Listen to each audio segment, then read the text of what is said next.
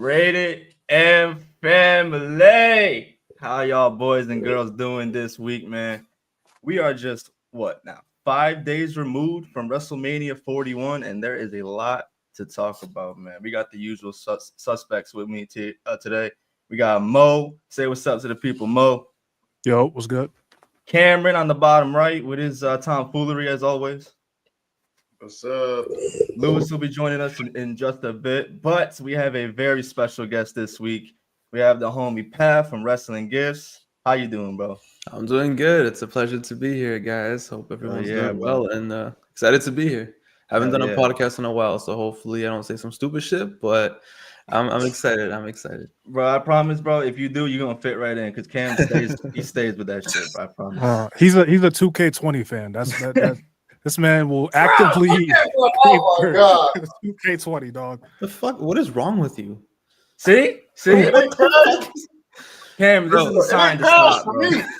This is a sign to stop. You got to put it down. Listen, fuck the crashing. Do you not remember? Like, let me just guess. Randy Orton had like shit on his head instead of hair.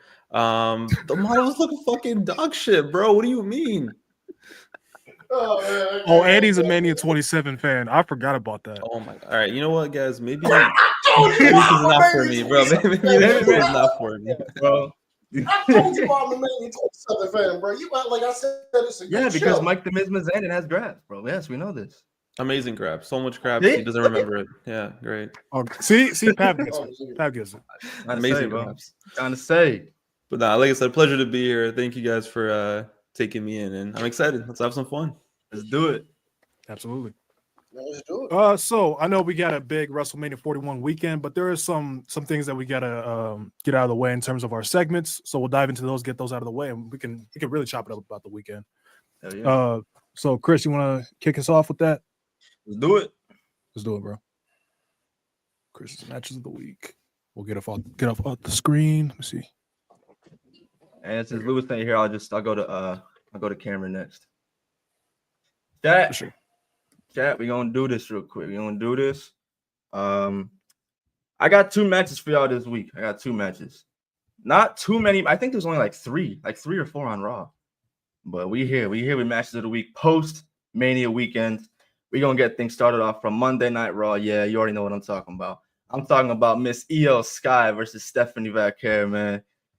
These women went 13 minutes. Let's talk about it.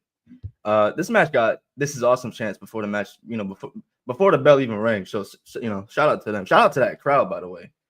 Best crowd of the weekend. The match begins with a feeling out process. Io gains control with a suicide dive. Before a commercial break, Stephanie uses the barricade as leverage to deliver a crossbody to Io. Nice spot there. Back from commercial break, the women are fighting for control on the top rope. Io delivers a huge top rope arm drag. Stephanie Irish whips Io into the corner, and Io maneuvers her way to the top rope to deliver a a missile drop kick. Using Io. I guess Io's using the sky early a little bit. I'll just stop. Let's see. Stephanie gains control after Io whiffs on an over the moonsault attempt and starts to work on the right leg of Io. Io kind of fucked up. She didn't fuck up, but per kayfabe, when she landed on the over the moonsault, she kind of tweaked her right leg, so Stephanie started to take advantage of that. Followed by a bullet train, I guess her own variation in the corner to Io. Stephanie goes for her signature Booker T Gooner move. You know what I'm talking about. She hit 10. Not that I was counting. I'm just saying. The crowd, horny fucks, chanting for one more time. The 2 women trade beautiful German suplexes. Io catches Stephanie climbing the top rope and delivers a Spanish fly, beautiful Spanish fly, which does enough damage to both women where we don't see a cover from Io. Looked like Io was going for a bullet train again, but was blindsided by an interfering Roxanne Perez, and the match ends in a DQ victory for Io Sky. Bullshit aside, how it ended. Obviously, you can't have either one lose right now. Solid match. Solid grabs. Very good Raw After Mania match, and very good spotlight for Miss Stephanie Vaquer. Our second and final match of the week. I think this is our first tag team match I've done on the matches of the week.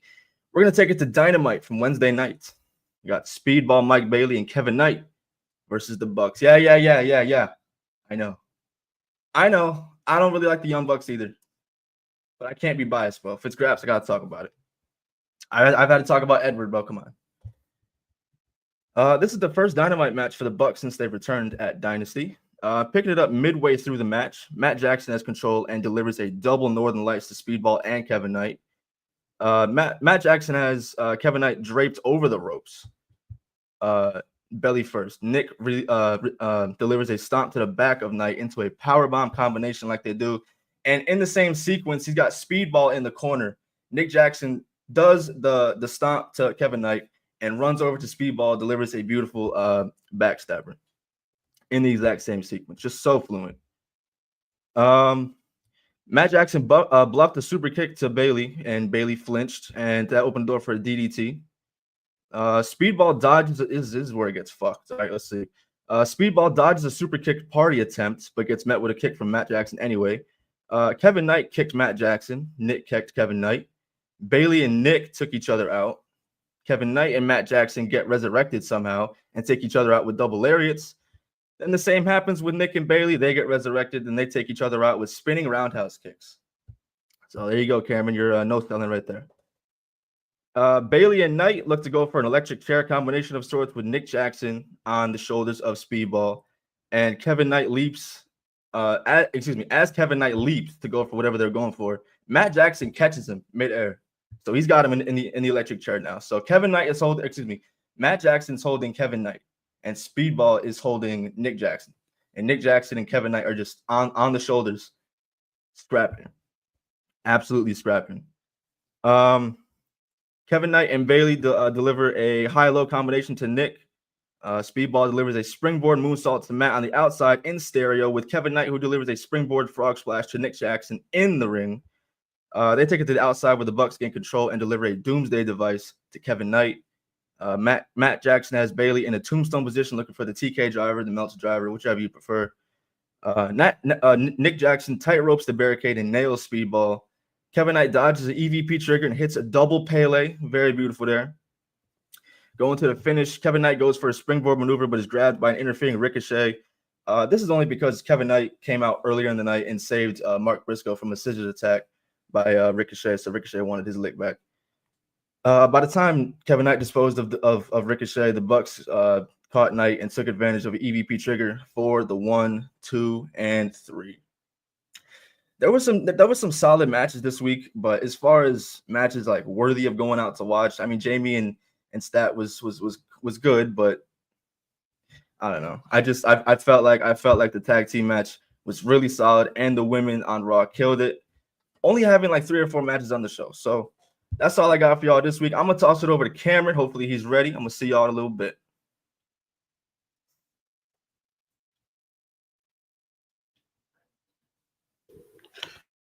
Okay, guys, I'm here. Just a few things to go over here in the news segment.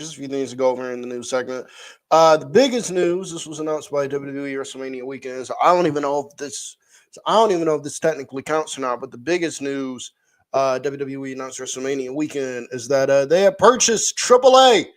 WWE now owns AAA. So there you go. WWE now owns AAA.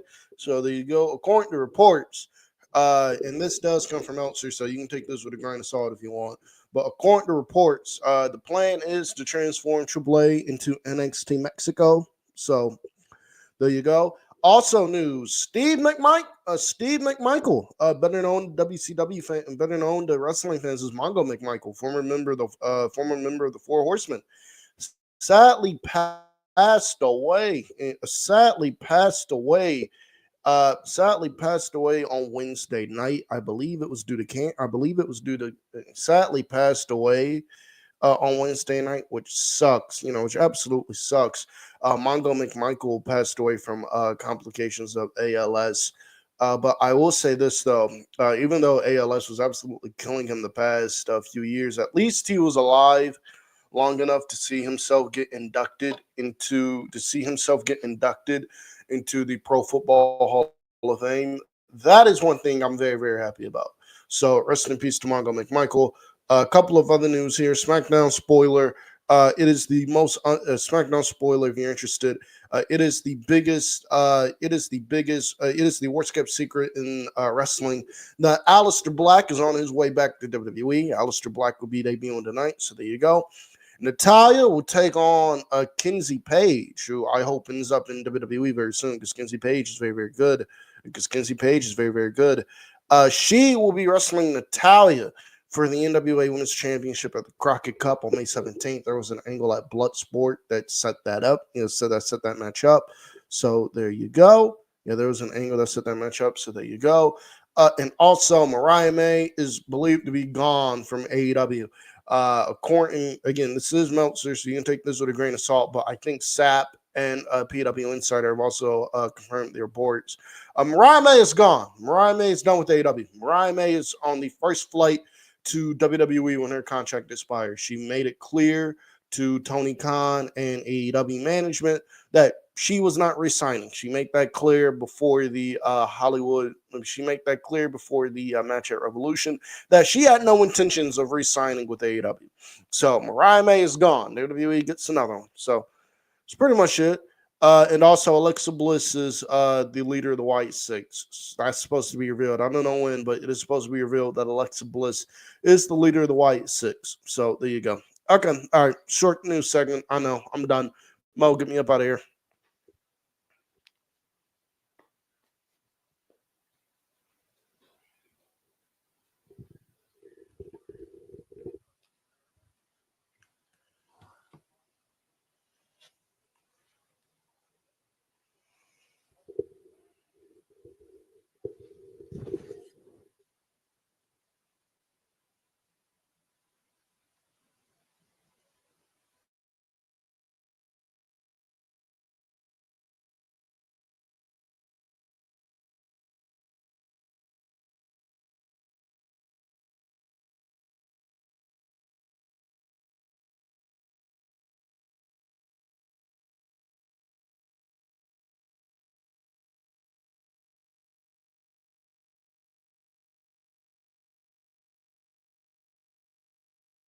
I am muted this entire time. Goddamn. Okay, we're gonna start that over real quick. Okay, April 24th. Since we missed Thursday, it's just one thing. It's a birthday it's Lutez's birthday. Born in 1916, passed away in 2002. My bad for being muted, yo. April 25th, Backlash, 1999, the first ever Backlash. This was headlined by The Rock and Stone Cold Steve Austin, which I think was better than their match at WrestleMania 15. I think that show as a whole was better than WrestleMania 15, but that's not a high bar. You also had X-Pac and Triple H, which was solid. You also had Mankind and Big Show in the Boiler Room Brawl. So, yeah, cool show. Then we jumped to WCW in 2000. Those are three dangerous words. And you have David Arquette on Thunder winning the WCW World title. I don't think I have to explain the problems with that. Extreme Rules 2010.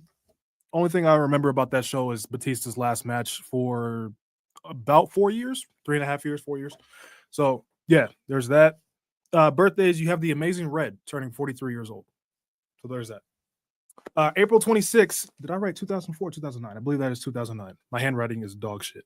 So 2009, Backlash. One of my favorite pay-per-views of all time, man. On that show, you had the Cena and Edge Last Man Standing match, which is very good. I think it's slightly worse than the TLC match, which is saying a lot. You also had Randy Orton winning the WWE title from Triple H. And it was like a 6-man tag, which started really slow, but then it got really good at the end, and that's how he won the title because he got the pin. And then on that show, you also have Christian having a good match with Lack Swagger. So yeah, there's that. Birthdays, only one I got is Kane turning 58 years old. So happy birthday to Kane.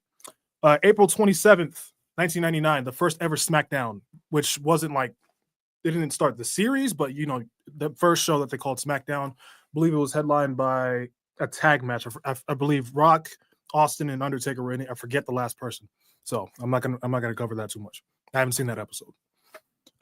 2003 Backlash, very skippable Backlash. Very skippable show. The best thing about it was a tag match with Los Guerreros versus the world's greatest tag team. And it was like a 3-star match to me. So yeah, very skippable show. I mean, Goldberg's first WWE match on there, but yeah. Backlash 2008. The main events were really what this show was really about. Undertaker and Edge in a rematch from WrestleMania 24, which wasn't as good as their match at WrestleMania 24, but it was still a very good match. Also had a fatal 4-way with Orton, Cena, Triple H, and JBL, which Triple H won the WWE title for the first time as a babyface, by the way. 2018 Greatest Royal Rumble. Moving swiftly along. I'd like not to think about Saudi shows right now. We have a death, unfortunately, on that day. Vern Gagne passed away in 2015, former owner of the AWA. So rest in peace to him. April 28th, 1996, you have the last TV appearances of Diesel and Razor Ramon at In Your House, Good Friends, Better Enemies.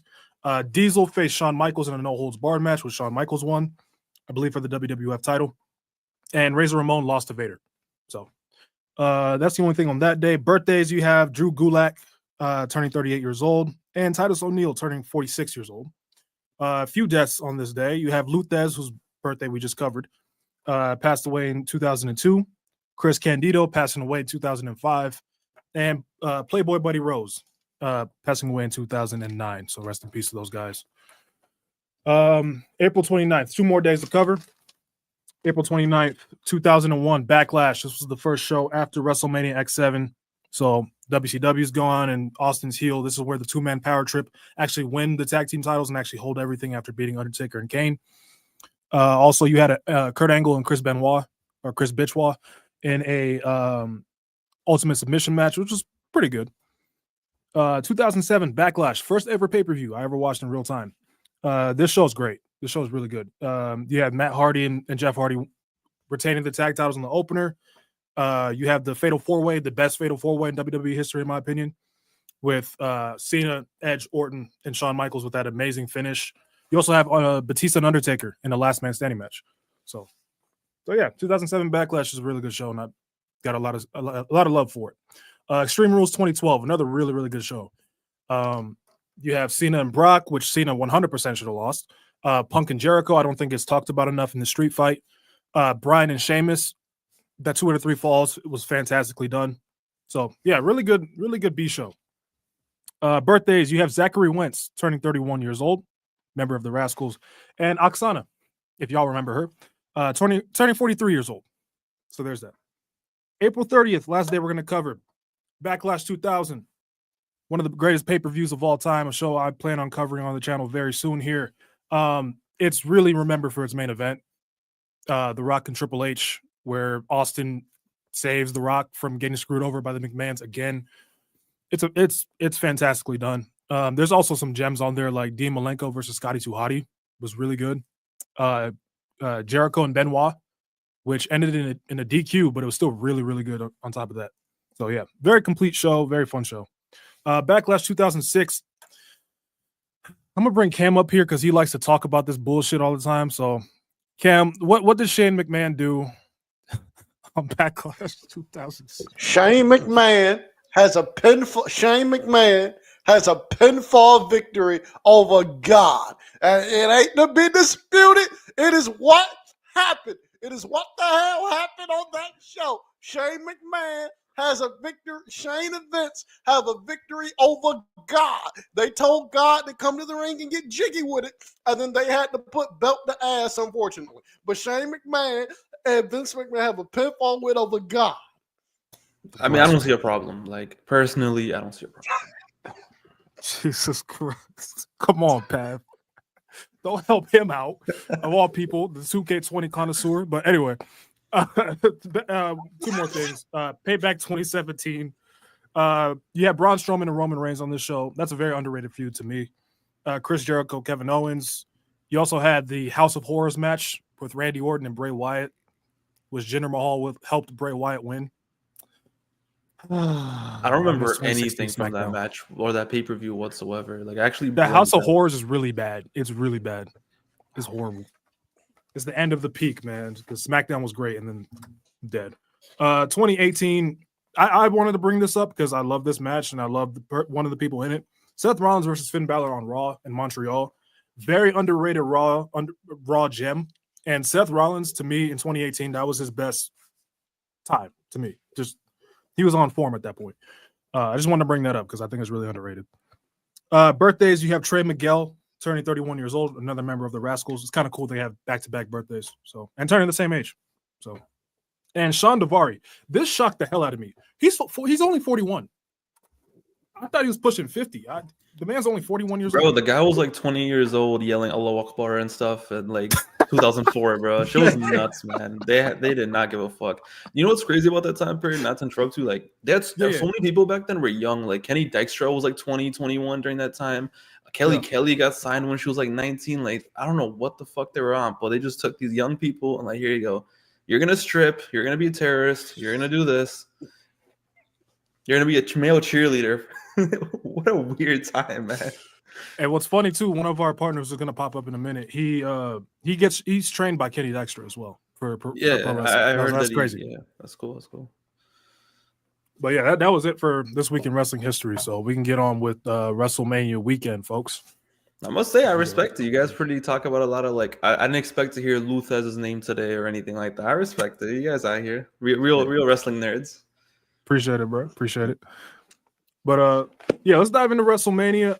Pav, I know you were there live. What's that experience like, bro? Let us know.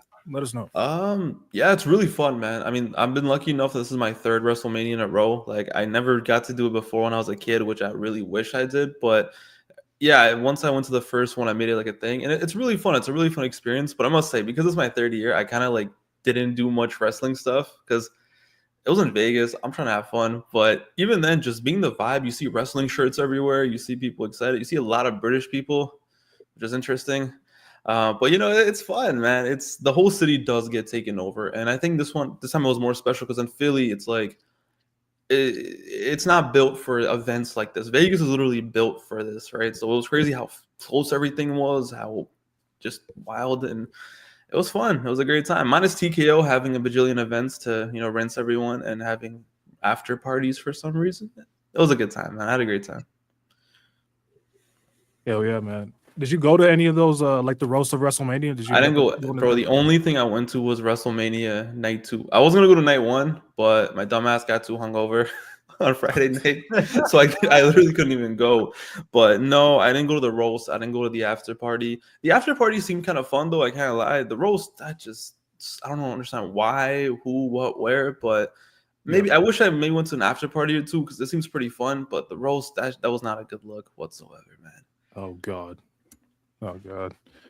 Yeah, man. But WrestleMania as a whole, this has been like a huge, like, what's the word? What did they call John Cena back? Polarizing.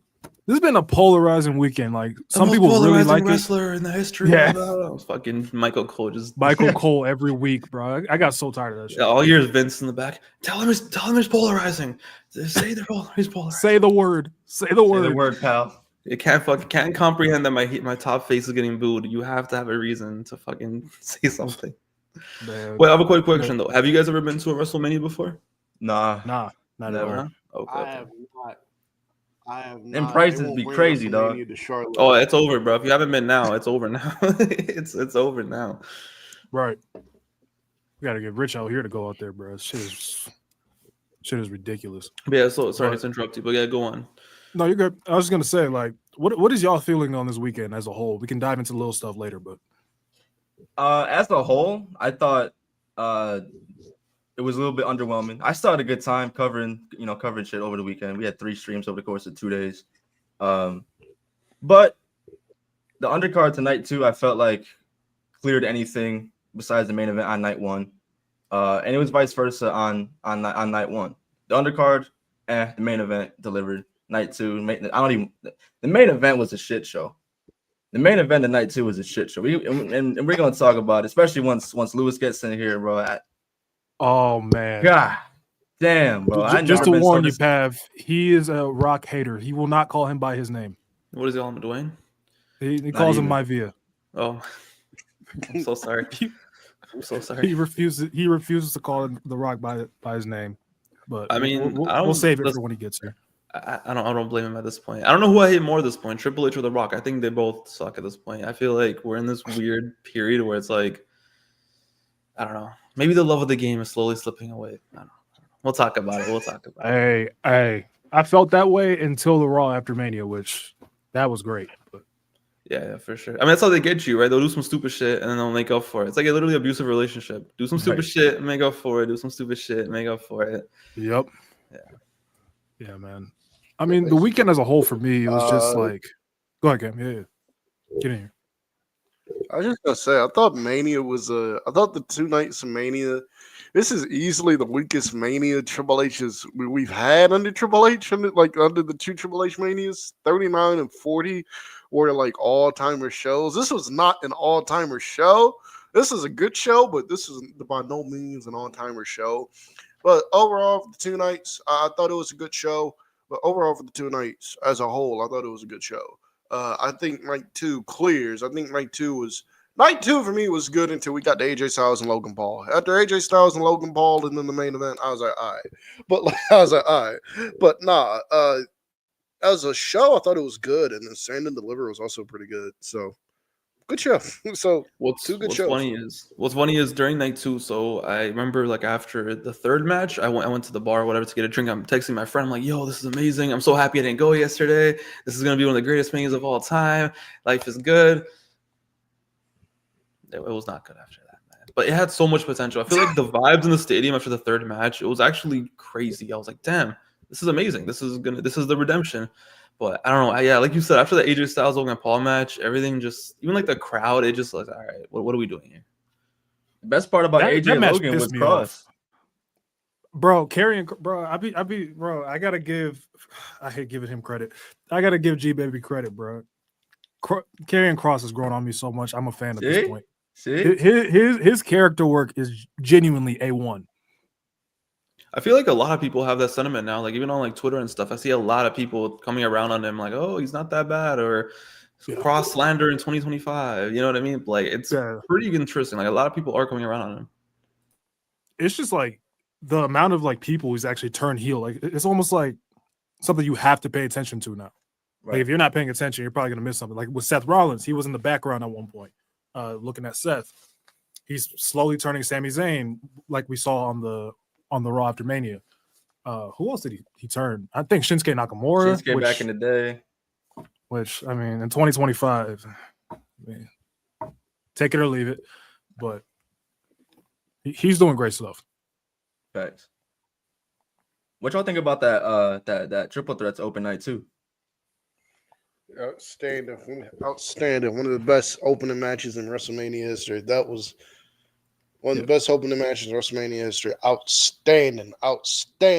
And I told everybody what was going to happen. I'm sorry, Bianca Belair. I love you. I do. But I told everybody what was going to happen. I told everybody Io was going to show up at night 2, or she was going to put belt to ass. And that's exactly what she did. And before y'all sit there and tell me, oh, she didn't put belt to ass. It was a competitive back and forth. Who walked out as champion? Who walked out with the title? I ain't see Bianca walk out with it. I ain't see Rhea walk out with it. You know who did walk out with it? Io walked out with it. Therefore, to me, Io Sky went the night 2 and she put belt to ass. And she will continue to put belt to ass.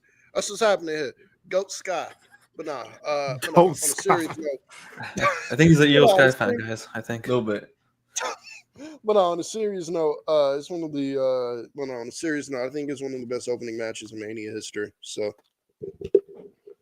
yeah, I 100% agree. I mean, realistically, what's the competition, right? It's Brett versus Owen. It's Triple H and Daniel Bryan. If you like Triple H 30-minute matches, like it's up there. It has to be, right? Like, what's the other competition? Yeah, I mean, I think the triple threat to open 34.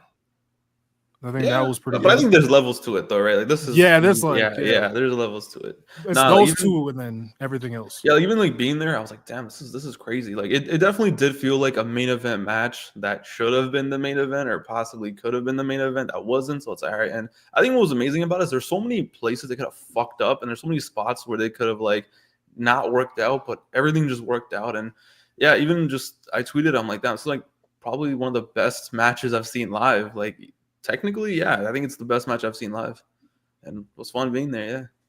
Are you guys surprised that they kept it on Io? No, I would have made that call personally. I think it's a good call, and I think Triple H kind of like, I don't know, Triple H has always been an Io supporter, right? Like I feel like this was his kind of stamp. Like there's not a lot of things in the show that would have his stamp, I feel like, because of outside pressure, maybe TKO. Hey, let's bring fucking Travis Scott in here. But this was like his way of stamping the WrestleMania, right? Like here, this is my girl, NXT, got fired, brought her back. I think it was perfect, but not surprised though. Yeah, I'm not surprised either. But also, I think she kind of had to win with the way she was built, the way she was just completely like the way Bianca and Rhea just completely overlooked her and like the build up. This is the thing where like, okay, yeah, Io has to go in there and win. So. What's funny though is you said the way she was overlooked in the build up. If this was Vince though, he would have done the exact same build and then have her lose. That's I think one of the little differences where Triple H sometimes does do that shit where he would like, all right, every now and then he'll reward you. Whereas Vince would have been like, oh, it's fine, pal. Just give it back to Rhea. Yeah, exactly. Like, that's what I be trying to tell these new fans, bro. That's what I be trying to tell you. Like, y'all don't understand the trenches that we were in at one point, bro. Like 2019 especially. Dog, Vince the type of person to take Io to Japan just to have her lose, man. Like purposely book a show in a different country just for the person to lose. Like this is nothing, bro, man. That yeah, I could definitely see him doing some shit like that, bro. He's an ass. He's an asshole. But so night one for me was the weird part of the weekend because it was like it just didn't feel like WrestleMania. Even how good the main event was, I was still just like, this doesn't feel like WrestleMania at all. I feel like if there was ever been in the past like 5 years a WrestleMania that should be one night, it was this one. Like all the other WrestleManias, I feel like have a case for why they're 2 nights. You have Austin, you have this. This is the one where I'm like, if this was one night, it would have been 10 times better. Yeah, like I've looked at it. I'm like, if you switch the main events, night 2 would have been 10 out of 10. Like it literally would have been at 10 if you just swap the main events. But it's just, I don't know, man. It feels like there was a lack of planning with this WrestleMania. I don't know if that's true, but that's the sense I got from it. We were preaching this shit for weeks, months, even going into Mania, bro. All over the pod, bro. The lack of build around everything else aside from Cody Rhodes and John Cena and shit like that, Punk and Raw, shit like that suffers from it, and you saw it on the show. Yeah, I find it funny how this Mania came to be anyway. Because, like, the night after the Rumble, you would have thought, because, like, the night after the Rumble, what's it called? They had AJ and Braun in a segment. So it's like you think, okay, we're going to get AJ and Braun at Mania. And then that doesn't happen. And then, like, you look at what happened with Liv and Raquel. They end up defending the titles against Becky and Lyra. But like, if you look like prior to that, like Alexa Bliss returns, who does she get eliminated by? Liv Morgan. You go to the Chamber, who does Alexa get eliminated by? Liv Morgan. They play key roles in each other's eliminations at the Rumble and at the Chamber. So like logically, you think, okay, this is going to lead to Alexa and Nikki against Liv and Raquel for the tag team titles, and like that didn't happen, obviously. And it's like you look at like the other matches you were building up, like. I love Jey Uso. I love Jey Uso. I'm happy for the brother. I am. But Don't lie. You also would have thought. But like you also would have thought that you would have got. But you also would have thought that we would have got Seth and Gunther for the world title. We didn't get that. Like Punk and Roman in a singles match, and like we didn't get that before they worked Seth in there. So like this is a very weird Mania build because it's obvious. Like especially like in years past. Like when they start setting shit up for Mania, and it's like, okay, that's the direction they're going in for Mania. Here they set like 5 different things up for Mania, and they just went like the opposite way. It was like weird, but yeah, I mean, usually like you can even know a Survivor Series time, like back in the day, like like Lesnar and Goldberg are face to face. This will be your match at WrestleMania. Like things slowly come into play. I think there's 2 levels to this. I think the first shit that fucked everything up was when The Rock probably let Triple H know I'm not doing this because that's the domino, right? Like no Rock and Cody, the match you literally teased the night after Raw on WrestleMania. Then it's like, okay, then there's like all these mixes. Well, it's supposed to be Punk and Rollins, but then where does CM Punk go? Where does this go? And everything just kind of gets cooked. But I think also what really affected it is the wait to get having WrestleMania April 20th. Like I feel like that much time for them overcomplicated it. They got too into their heads. They had way too much time, and they just kind of fucked up. I think realistically, I was too far gone. On that Sunday, I was gone. By that main event, I was done. But that's my mistake. But I mean, how did y'all feel when? Because I feel like we all knew Jey Uso was going to win the world title. Right. Yeah. Whether we liked it or not, we all knew it was coming. Wait, just a quick question. So, before, if I watched an episode before, who here was going for Jay? Who here wanted Mr. Gunther to win? What was the vibe in this podcast? I wanted Gunther, but yours? I had accepted the fact that Jey Uso was almost a lock to win that shit, and I'm still okay with it because we haven't really seen his reign begin yet. So I'm gonna let it play out. What about you, Mo? What was your vibe going into it? I was like, I'm a big Gunther fan, but I also love Jey Uso. But I didn't like how they were building him up to beat somebody like a Gunther. So I was just like, if Gunther retains, I'm gonna be all right. But I was also like, you can't run back this story again. Have him win the Rumble.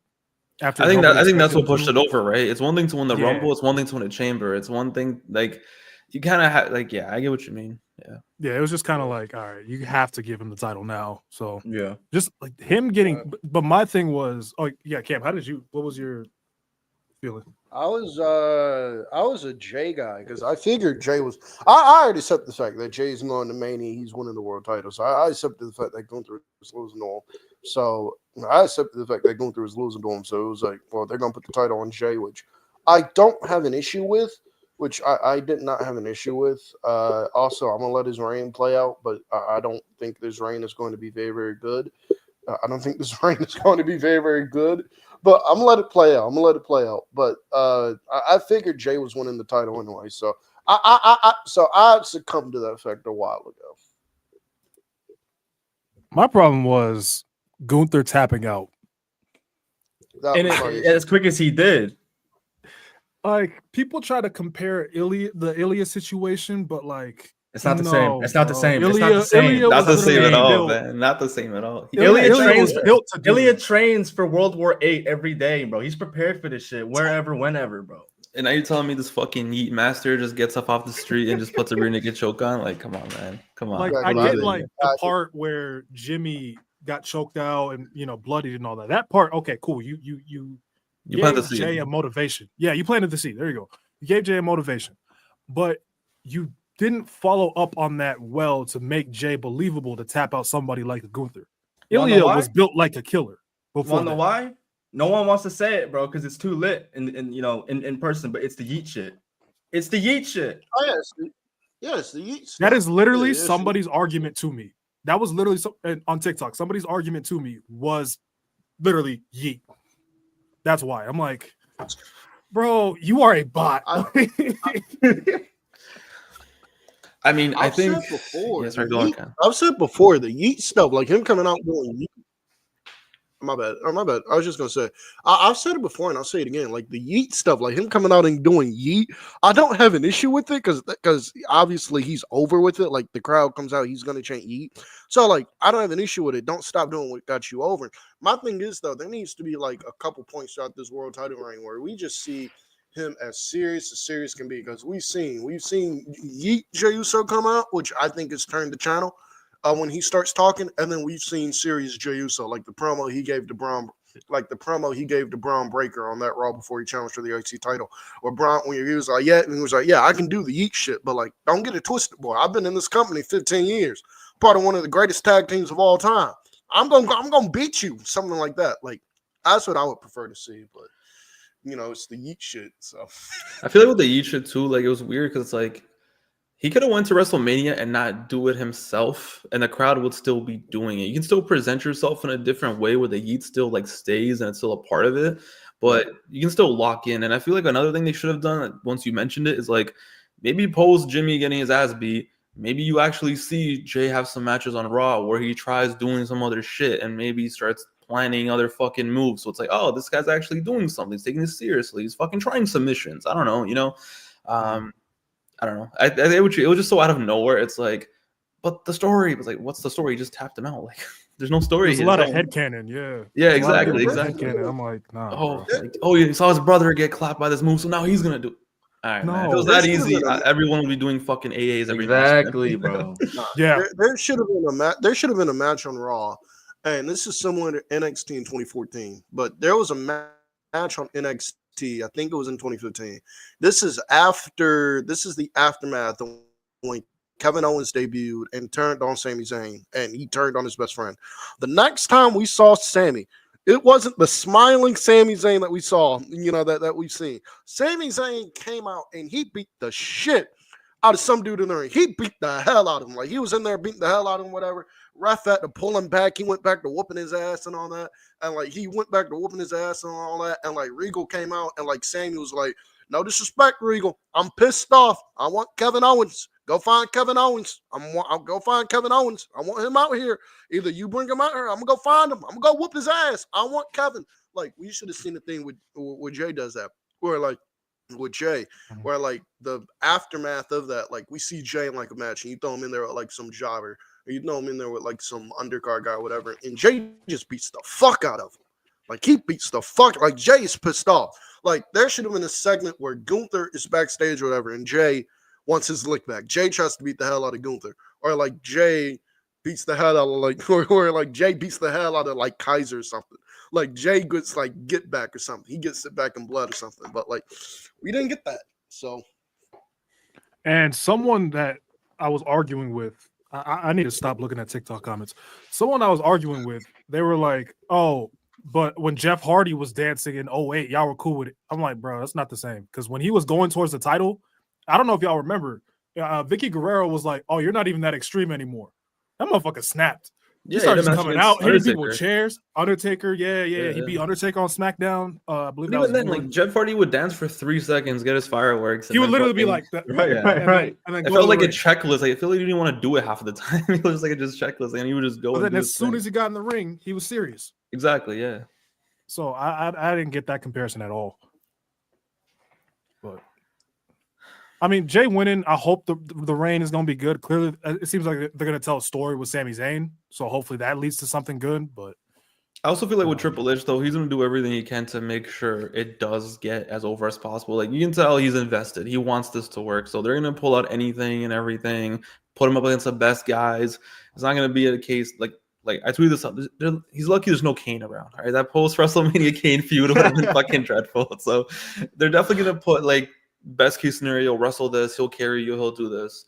But we'll see if he can sink or swim. I don't know. I haven't seen anything that makes me believe he will, but we could be out of our hands now. It's out of our hands now, right? Like, it's done. He's champion. We got to see what goes down. Yeah. Now that we got it set in stone, what's the longest that you see this reign going? I don't know, man. Watch them. Yeah. SummerSlam. I hope so. As long as I see this shit going. If he is champion, I'll be cool with Backlash. I'll be in the building. So stupid. If he is champion past SummerSlam, I will be shocked. Although I said the same thing when they put the title on Kofi. They put the title on Kofi at Mania, and I was one of the people thinking Kofi got his moment, and like they gonna take the title right off him at the next pay-per-view. And he was champion until October. So anything won't shock me. But if he's champion past SummerSlam, I'll be shocked. If he's champion past SummerSlam, I will be absolutely shocked. I'll be like, all right. I'll be like, wow. But WWE low-key did a really good job with Kofi. I don't think people like look at it well. Like the people he was facing, but like they made him look strong as hell. Realistically, who else was there, right? That's the weird part too. Like, Dolph Ziggler. Yeah, right. Like, you have Dolph, you have Randy, and then I forgot who else he took on, but it's like he took Joe and Kevin Owens. Yeah, like, it was all right. Like, it was. Listen, it's 2019. It's right. The best you can do is all right. Gonna get, bro. Shit. The best we can do is some DQ finishes on a pay-per-view. Yeah, exactly. All right. Jesus Christ, the SummerSlam match. Ugh. Yeah, I was there. I don't remember anything except for just the RKO and just waiting for that so I can get a little fucking story posted. No, he just stares at Randy. Just stares at Kofi's kids, and then Kofi's like, "Nah, this is too much, bro." DQ. Like, all right. I think he will go to SummerSlam. I wouldn't be surprised if Triple H is like, "Yeah, fuck it, let's do it," and just have him win again, and maybe lose in like. Isn't there France after, or they're going to? No, I don't know if it's after. I think is that after.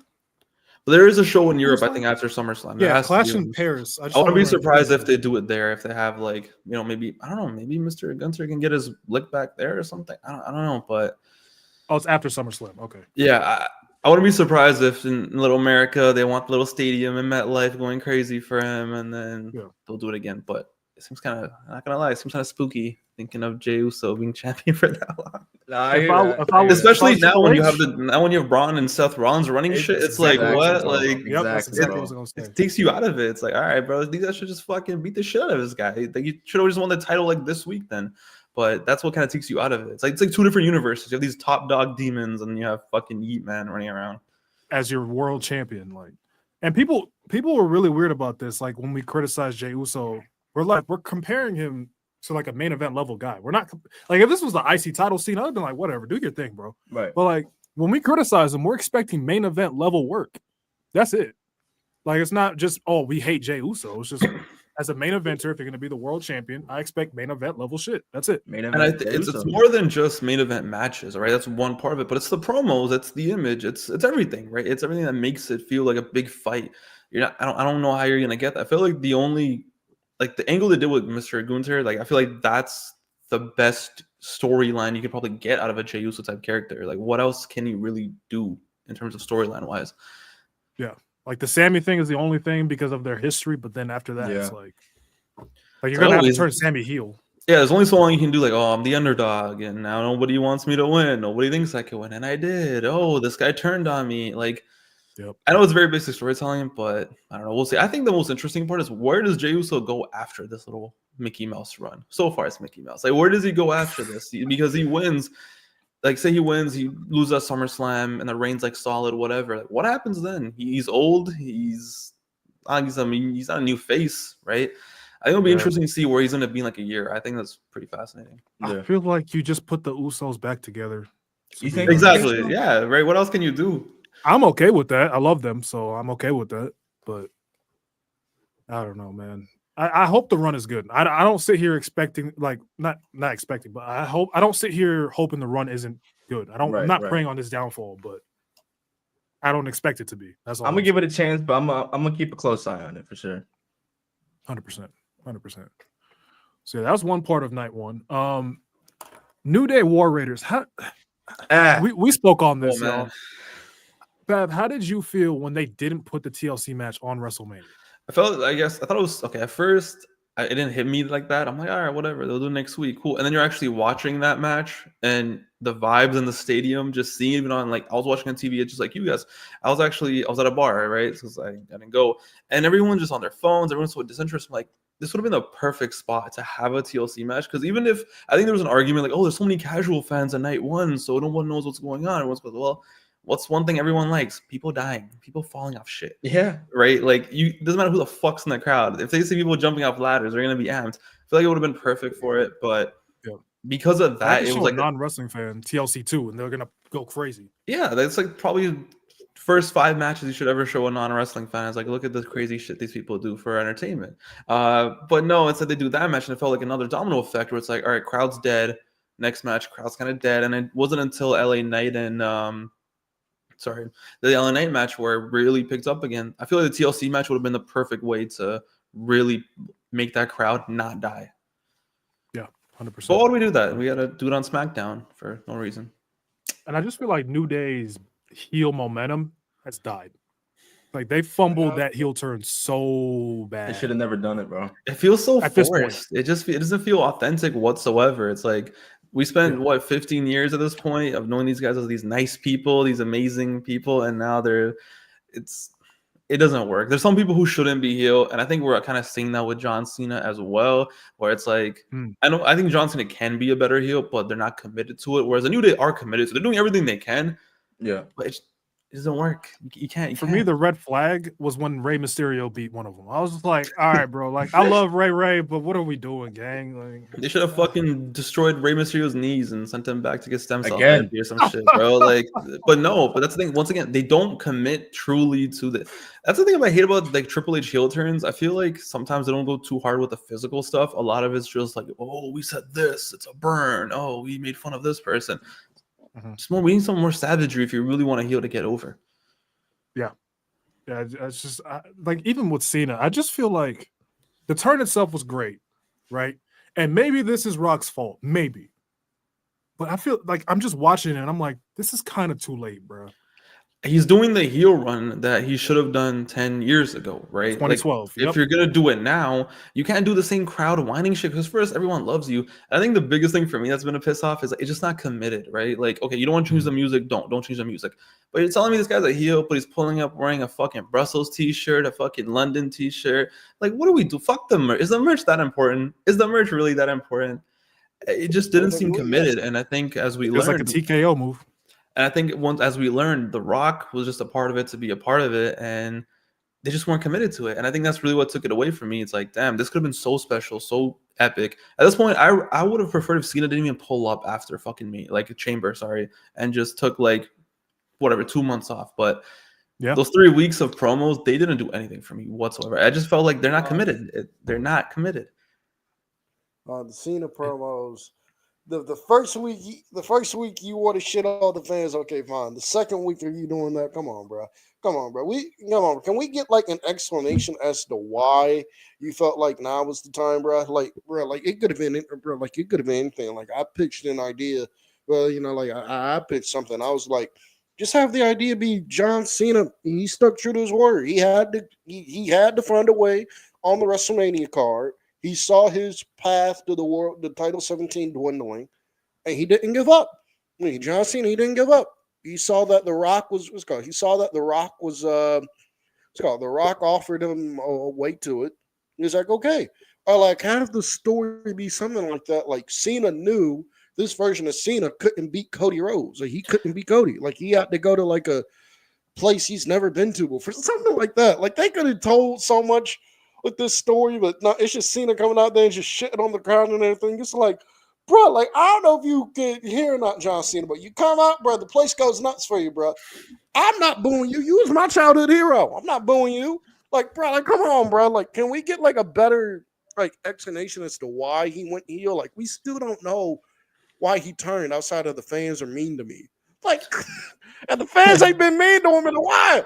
I think that's the worst part too. Is like he's been losing for so long, yet they didn't even mention that. He could have easily just been like, "Oh, I'm tired of fucking losing. I'm tired of. I'm desperate. I'm tired of teaming up with bums like LA Knight or so. I don't know. Like I'm tired of doing all this fucking bullshit. Austin Theory match at WrestleMania. I'm coming for what's mine. I'm locking in. I gotta do what I gotta do.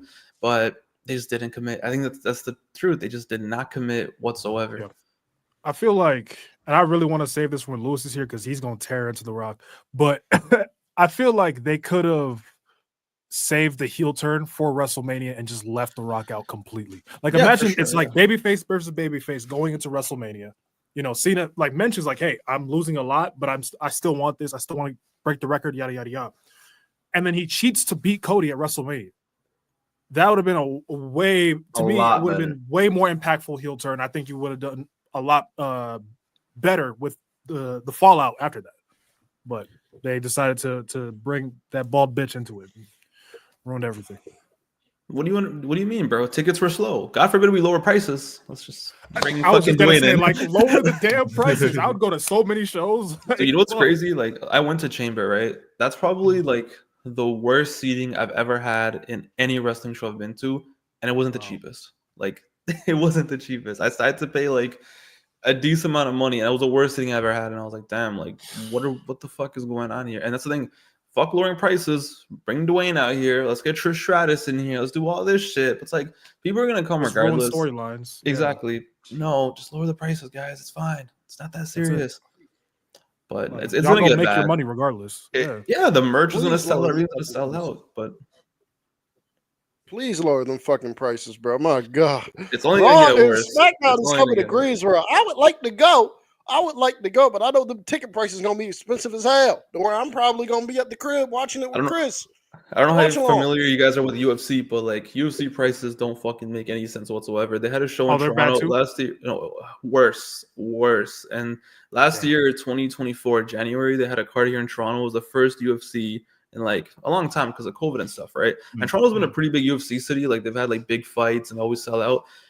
Shittiest card you could imagine. Like the shittiest card you can imagine. We used to get like John Jones fights here. We used to get like they're treating us what the UFC does is they love to go to like new markets and instead of giving them good shit, they'll give them shitty shit, right? Like shitty cards because they know people are gonna buy to if you UFC. Toronto's had many pay-per-views before, but nah, they still give us dog shit. And the cheapest entry was $600 USD. shittiest seat was 600 USD. It's gonna get worse. TKO would listen. I made this joke. I'm like, TKO would sell tickets to a wrestler's funeral at this point. Like, there's fucking nothing they will stop at. Jesus Christ. Oh my gosh. Fucking if Owen Hart dropped, bro, they would have had a whole like behind the scenes fucking documentary. Oh, like I can see that. You saw the ad for the show? What's the bullshit Netflix thing they're making? Unreal. Yeah, I've never seen like a wrestling company mention how fake wrestling is since this company moved to Netflix. Like, everything is just about it's real, more real than you think. It's more real than you think. As we promised, it's more real than you think. It's fine. No one said anything, guys. Relax. And then like you got Michael Cole advertising it on Raw. I'm like, no, I'm losing like all immersion now. Stop. Please stop advertising. Stop advertising that shit on Raw and stop using heel and face on Raw. Please, my God. Oh my God, dude! During the Charlotte and Tiffany match, they literally mentioned backstage heat. They're like, "Oh, that's gonna get some heat backstage." What the fuck are we doing here, bro? It's like what Russo was doing WCW and it's like what Russo was doing with WCW. It is. Where he would have fucking. Yeah, he had a team called Creative Control. He had a team called Creative Control. Oh my God, bro! Oh my God, bro! There's a promo on Night Show. Let's go. It's like Sid and Bishop. There's a promo on Night Show with like Sid and Bischoff. And Bischoff's like, "What's wrong, Sid? Forgot your scissors?" And like, forgot your scissors? Yeah.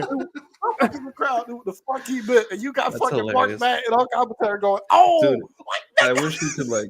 There's just one promo. The show was called New Blood Rising. Amazing name, by the way. And the match, the main event, I think was Goldberg versus Steiner versus Nash or some shit. And the commercial, you can search up on YouTube. The commercial is like Mark Matt screaming, "Is Goldberg gonna follow the script this Sunday?" I remember that. Yes, the ad of the TV commercial. The last words you hear is Goldberg gonna follow the script this Sunday. New Blood Rising, 8 p.m. Eastern. Blah blah blah. Khris, get the sign for that shit. Get the sign for that shit. Oh God, get the sign for that shit. Gladly. What the fuck? Because I've seen New Blood Rising. That show fucking sucks. You got fucking Judy. Yeah, if you remember, that's what the main event was. It's like Goldberg comes late because he didn't follow the script. He comes in late and everything. It's fine. They had David Arquette. We have Travis Scott. It's fine. What's the difference? Oh my God. Nah, I'm playing. It wasn't that bad, but. I feel like WWE can kind of get away with that breaking the fourth wall shit because their product is mostly good now. Like WCW 2000. Yeah, it's also 2025, right? People know what's going on. But imagine like if I was watching in 2000, like half the world didn't have internet. More than half of the world. What the fuck are they? They're like, what is going on? What the fuck are they talking about here? Yeah, bro. That shit, I don't like the too much behind. Like I like the behind the scenes a little bit, like when they show Punk about to make his return. That kind of stuff I'm cool with. But when you're like fully exposing the business, I'm like, all right, y'all going a little too far now. I mean, that's one complaint I've had recently about like promos too. Is like even with the Cena and Cody thing, I hate how like I miss when. I mean, I wasn't really alive for it, but I miss like even it was kind of alive when we were growing up, but especially in the Attitude Era. When Austin, Rock, Triple H, and these guys were feuding, there was no talk about outside world. Like everything was so contained to wrestling. There was no like, oh, you went to another company and you like. I mean, to an extent it was, but you get what I mean. Like now everything's just a burn. Oh, you divorced fucking this person. Oh, 3 fucking ex-husbands, shit like that. Like, dude, back in the day, it was just the program is the program. Like that was enough. And maybe we've lost it because we lost the plot. We're too advanced as a society, but. I do hate how every promo has just become this like a rap battle basically. We're gonna say some shit to you, and the crowd's gonna go oh, and then we're gonna say some shit to you, and the crowd's gonna go oh. Nothing really sticks. Then I feel like. Yeah, a lot of these promos is kind of like Cena and Cody's promo on Raw a couple weeks back. Like I remember enjoying it in the moment, but I forgot a lot of it to be completely honest. Like it just doesn't stick like it should, like it used to.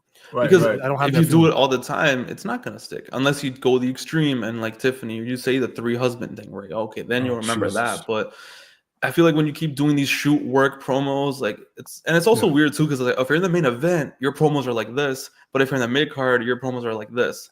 It's wrestling here, but it's real life here. It's this really weird blend. Yeah, it's stupid. I don't like it at all. It's just Yeah, but what was like the most disappointing part for this WrestleMania for y'all? People are gonna say AJ Styles and Logan Paul, but I wasn't disappointed by that at all. I figured that match was gonna suck. What's disappointing for me? Shit. I don't know. Actually. I don't know which match to me was the most disappointing. Like, I don't know. It probably would be AJ Styles and Logan Paul, but I figured that match was going to suck anyway. So, for me, it had to be Tiffany and Charlotte. That was I think so too. A lot of people were saying like it was fine, it was good. I was watching them like they're not kicking it into the next gear. It's like Styles Nakamura. That's the feeling I got when I was watching that entire match. I'm like, okay, like when I was watching Styles Nakamura, I'm like, okay, this match is good, but you're not getting out of second gear. Like, can we get going? And then the finish came out of nowhere, and it was like the crowd didn't seem to care. They were just like, oh shit, match is over. Okay, cool. Like, I don't know. It was a thing with Charlotte because she's done this time and time again where she has a horrible build, but then when you get to WrestleMania, the match is killer.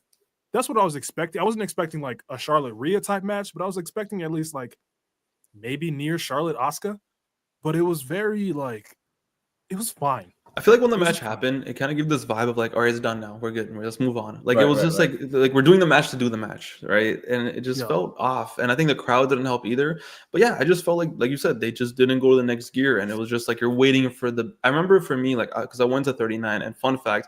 Remember how everyone was shitting on Rhea versus Charlotte going into it? Like, oh, it's going to be like whatever. It's going to be blah, blah, blah. So I went with my girl at the time. I'm actually still my girl. I went with my girl. And then she's not a big wrestling fan, but she watches because of me. Put her on. And we went to the washroom or the bathroom. We we're like, all right, let's go. You know, this match with me, whatever. And I remember like hearing the crowd like get louder and louder and louder as it went on. Like it went from nobody cared about this match in the whole stadium to like you could feel it, right? And then when we went back, the first thing I see is like, I think it was when Charlotte did the moonsault, or it was like a top rope move. And I'm like, holy shit, this is actually, the crowd's going crazy. They're pulling out the next level spots. And for them, they still had 10 minutes left. And it was amazing. Crowd loved it. I don't think they had that moment. I don't think there was that moment where it's like, all right, we got the crowd. Everyone's amped. This is the next year. They just didn't have like the separation.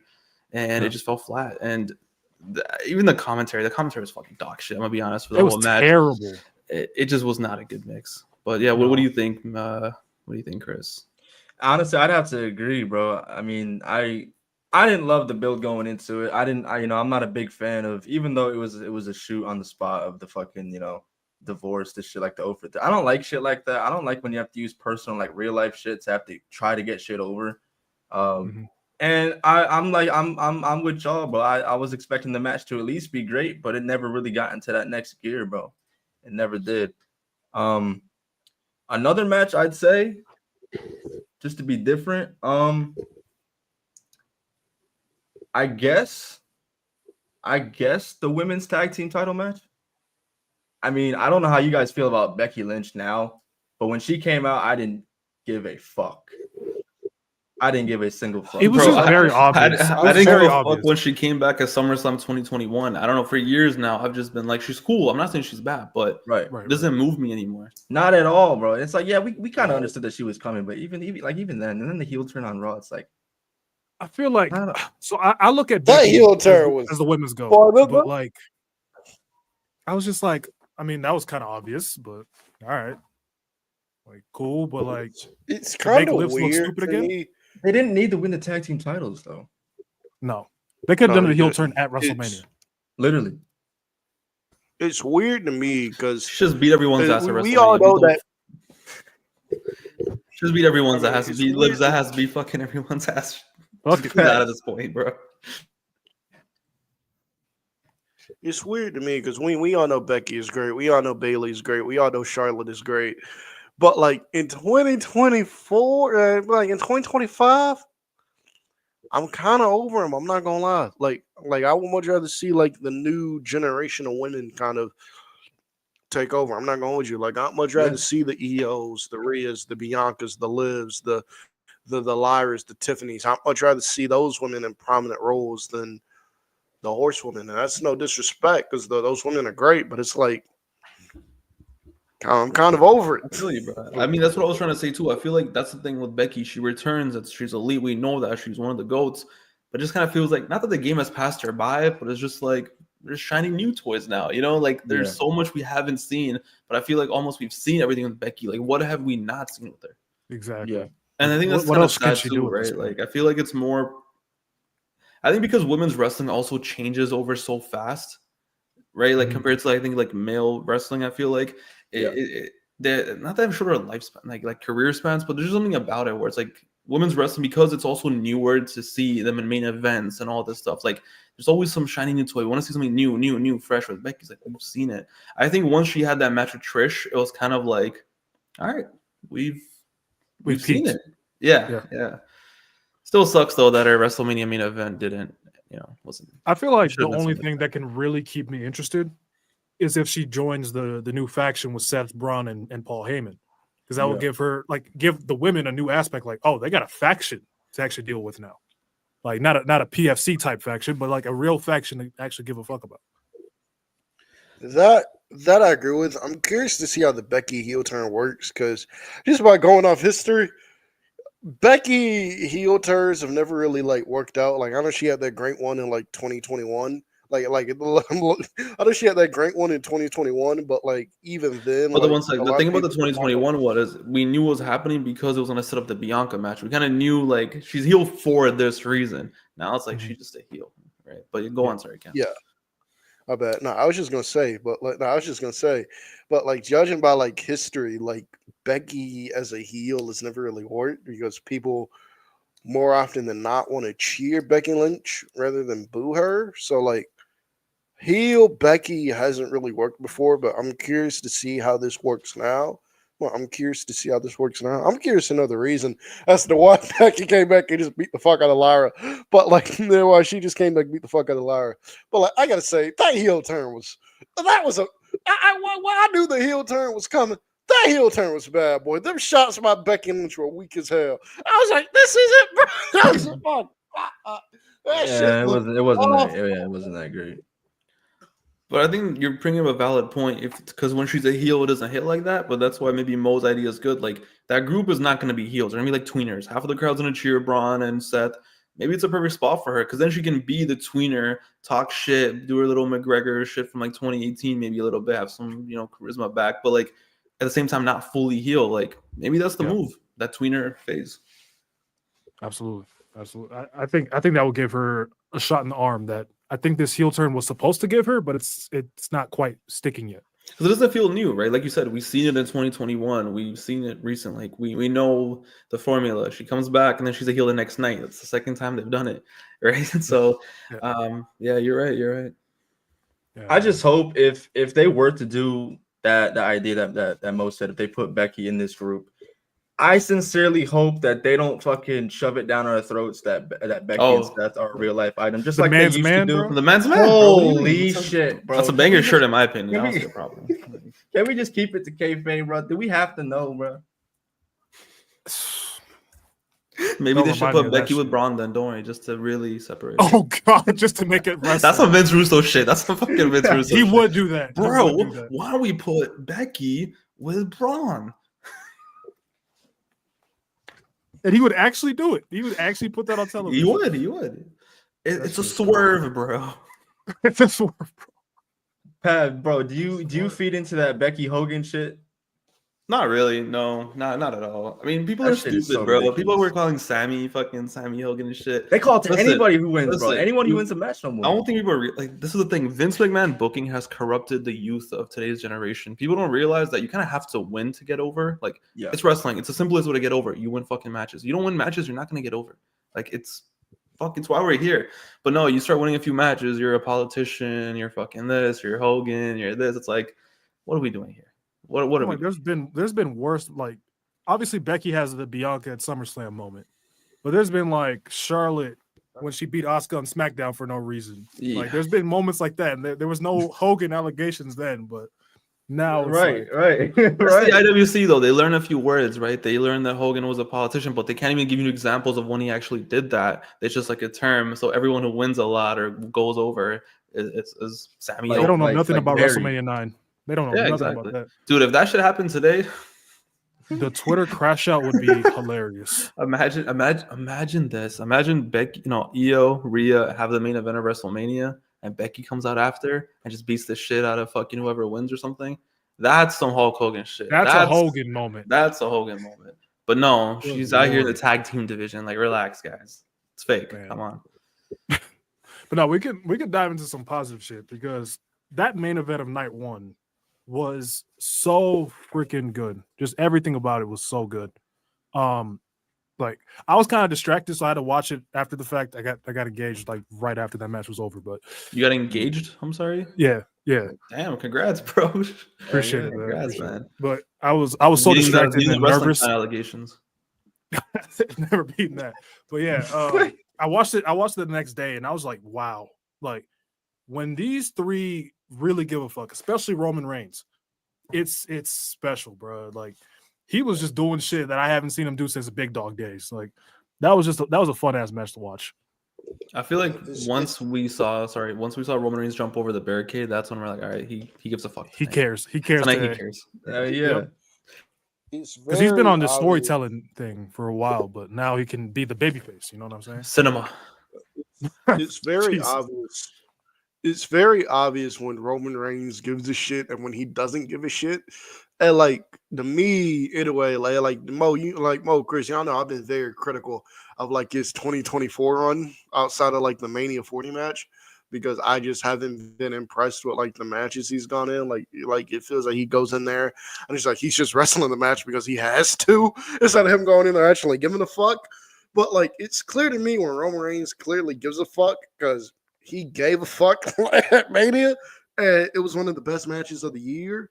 And it's like it's a match of the year contender, one of the best Mania main events of all time. And it's like this is the Roman I want to see on my TV, not the Roman that's just out there to like, well, I'm here because I got to work, so let's get this shit over with. Like this is the Roman I want to see. So I didn't even think he was going to be on Raw after Mania. When he came out, I was like, oh, he's actually here. I was surprised. Okay. I was like, damn, this man showed up to work. 2 days in a row. Okay, for sure. But, I mean, he had night 2 to take off. Come on, to be fair. Yeah, fair enough. Hey, fair enough. He had to recharge his batteries. His controller disconnected. He had to fucking put the batteries back in. Yeah, I will say though, I love CM Punk's entrance, bro. Love that. Oh my god! When I heard this fire burns, I almost cried, bro. I was like, damn. What's up, Lewis? Boy. What up? I apologize, guys. That's all good, brother. Well, we're just talking about the main event of night 1. Oh, I mean, it's a classic. It's a classic. Yeah. It's great. It's a great story-driven match with great near falls, great character.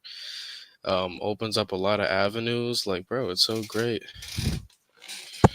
100% agree. And we got to see Roman Reigns' teeth. Yeah, them shiny ass veneers, man. Can't miss it, bro. You cannot miss that smile. What was he doing at one point where he was like, it's like, was he smiling? Was he angry? Was he like that one shot? You guys know what I'm talking about? Yeah. Just, like, when Paul Heyman like hit Punk with the low blow. I'm like, are you happy or are you upset? Yeah, no, there was somebody that broke down something like that on Twitter that CM Punk was just collateral damage and he didn't want to do that to CM Punk, and like Roman Reigns was like laughing in Paul Heyman's face about it.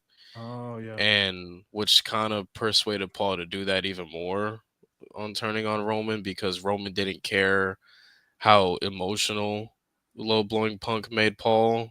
Roman just cared that he got his wise man back and he didn't care about the emotional state he was in. So that makes sense. Yeah, because Paul did not look sympathetic at all when he hit Roman with the low blow. He was grinding that shit, bro. He was making sure he got it. He went no room for error, bro. Yeah, that's all he did. That man grinded his nuts, bro. He put his arm in there and all that shit, yo. Is this where I get into what people want to talk about? Do you really want to tear into my V already? Bro? I mean, that's up to y'all, man. That's up to y'all. That's what we covered all the bases. It's what I do. All right, so all right. I'll give you the floor. I don't know where I want to start. I don't know how to start, other than I keep telling you motherfuckers, y'all just don't listen. It's okay. You guys could try to hang on to, that nostalgia shit he was doing from 99 to fucking 2002. Are y'all ready to admit that this man fucked up? And every time he comes back, and this isn't recently, that you guys are only seeing this recently. This shit happened in goddamn 2011, where he came back and was bringing the product down, and nobody wants to say shit. Like, we go to WrestleMania 27, a huge reason why that main event was dog shit is because of him.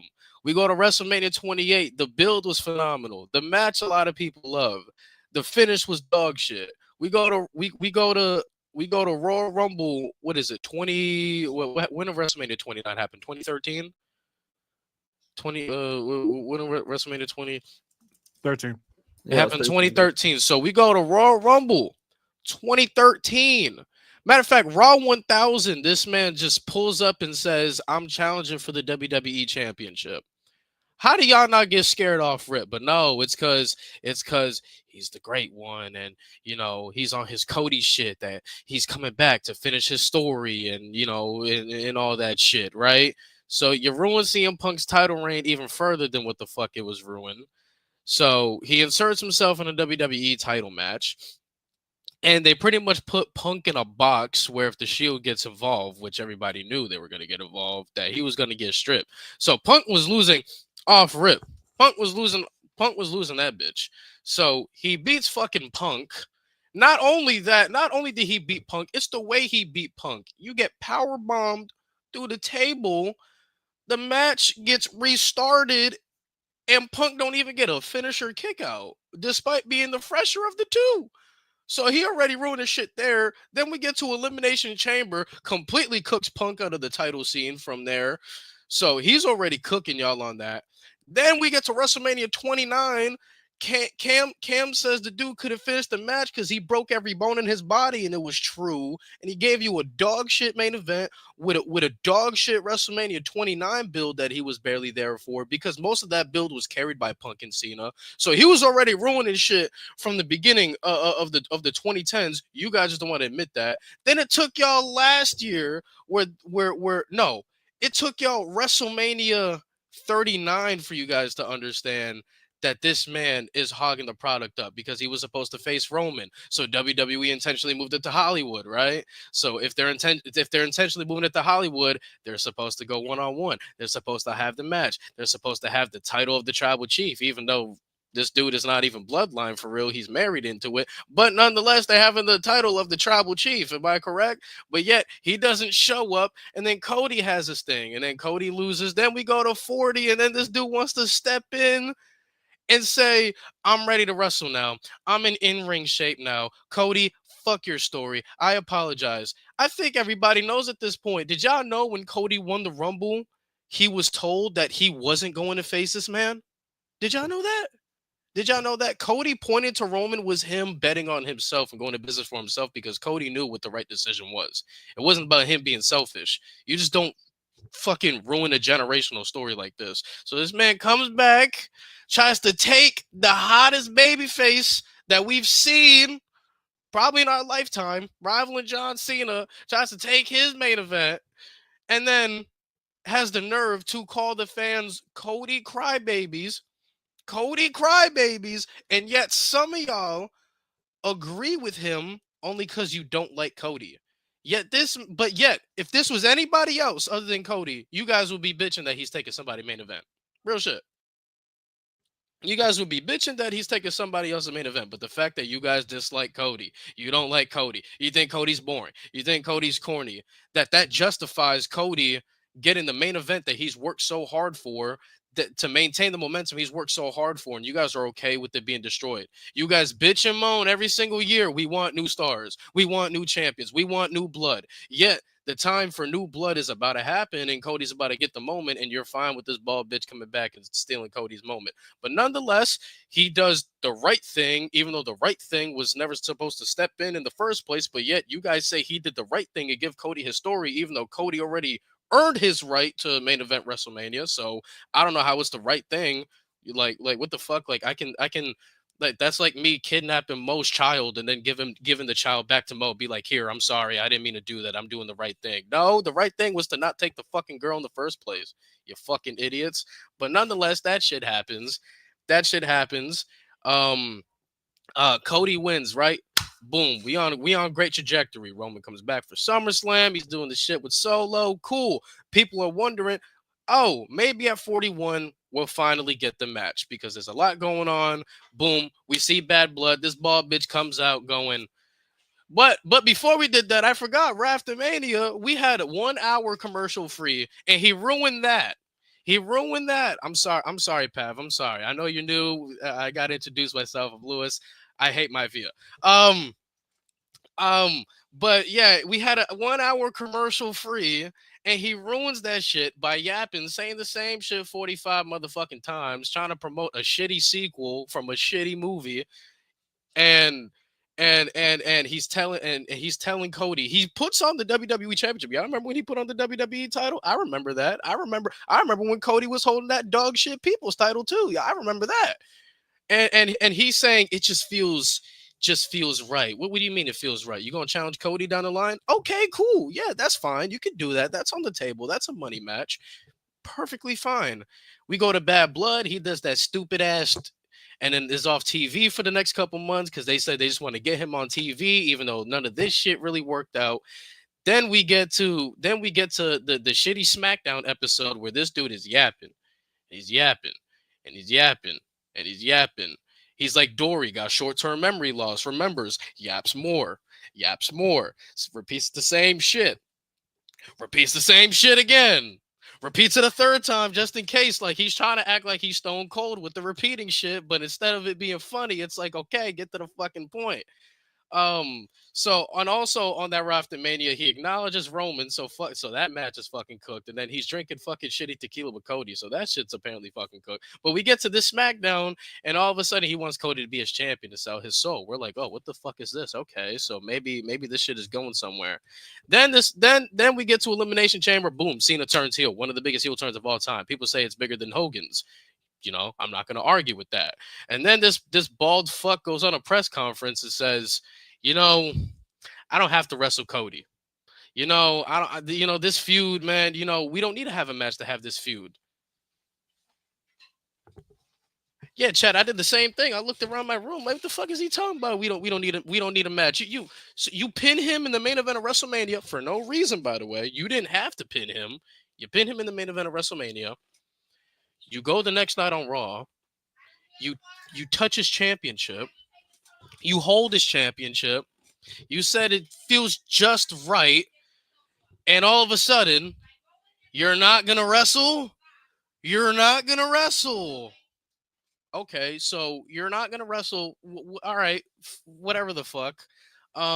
So Cena has his heel turn. Boom. Cena makes his side make sense, but then there's still this fucking wide area that's not explained because the bald bitch not here, right?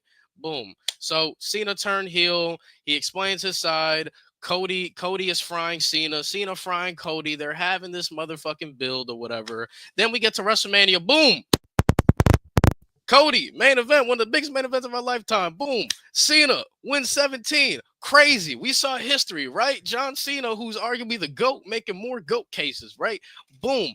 Then come to find out, the bald bitch wasn't even at Mania. You know why he wasn't at Mania? Because he was in Hawaii. You know what he did the next day? He went on the Pat McAfee show. You know what he said the next day on the Pat McAfee show? Yeah, you know, I just wanted the champion to have the spotlight. You feel me? Like if I was there, the spotlight would have been on me. You know what I'm saying? And I just can't do that. Has anybody told Dwayne who he is? Has anybody told Dwayne who he is? Like, just be honest. Anybody tell Dwayne who he is? You know who Dwayne is? Dwayne is the highest paid actor in Hollywood. I don't know if he knows that, but no matter what you do, unfortunately, the camera's always going to be on you. Unfortunately, you're going to take the spotlight. It's just who you are. We've accepted that. That's just who you are. Your name brings the value. People are going to tune in just for you. We understand that, but that shitty ass excuse, you don't want the champion to be second fiddle, yet the champion sold his soul to you, turned heel, 117, and you don't think he has a right to be second fiddle to you? You're the reason why the man turned heel in the first place. How can he not be second fiddle to you? Why can't you explain that? Oh, because you don't want to take the shine away from John fucking Cena. Rightfully so. It's John Cena. He's his 17th world title reign. It's record breaking. He's a heel. So he should get his moment. But if you truly felt that way, you done son of a bitch. If you truly felt that way, you shouldn't have gotten involved. Not now. Should have gotten involved 2 years ago. Because in the span, not only in the early 2010s did you ruin fucking CM Punk, did you ruin a main event? You ruined 2 main events. Not only that, but you try to take a main event from Cody. You acknowledge Roman, so you shut that fucking match down. You drunk tequila with Cody and flying his fucking family out to see a shitty sequel. That match ain't fucking happening. And then all of a sudden, you don't want to take the shine away from John Cena because you don't want the spotlight on you. Well, what they fucking do, huh? Listen, I don't understand why people continue to vouch for this man. I don't. He's continuously hurt the product, and it hasn't been a recency thing. I'm tired of people acting like he just started this. It's more prominent now because of what we have with social media and people understanding the wrestling game a lot more and people understanding the backstage politics of what we got now. But this has been a thing since 2011. He's been ruining the product every time he's been on TV for over 10 years now. For over 10 years, he's been ruining the product. But nobody wants to admit it because he's the great one. Oh, he was a pivotal part in the Attitude Era. Oh, he's amazing at this. Who gives a fuck? Every time the dude has touched TV, he is ruining someone. The proof is there. He is ruining someone. We can't even, as a Miz fan, I can't even glaze Miz to have a WrestleMania main event because it's arguably the worst that we've ever seen. I can't even glaze it. The big part is because of him. Like, dude, the only quality thing that he truly gave us that was somewhat positive was WrestleMania 28, and that's a stretch because he should not have gone over. I don't care that he made the Cody story interesting at 40. Him being involved almost fucked up so many plans. Like, that shit offsets each other. So I'm not even going to call that shit legendary because he did not need to be involved for Cody and Roman to be legendary because they already had a legendary match a year fucking prior. So I'm not with that shit. Please stop vouching for this man. He's hurting people. He's hurting the product. He's hurting the business. Every time he shows his face, something bad is going to happen. Some shit don't make sense. Dude, people are slandering Travis fucking Scott because you're not here. Travis Scott is more committed to this shit because you're not here. Nothing wrong with Trav. I'm glad Trav is not a one-off now. It would have been weird if he was a one-off at Rumble, but the fact that he's committed to it, the fact that he's going to be in the tag team title match, okay, I'm cool with it. But why aren't you here? What's your excuse? The excuse is really you don't want to steal the spotlight? Like, nobody has anybody told Dwayne who he is? His reputation?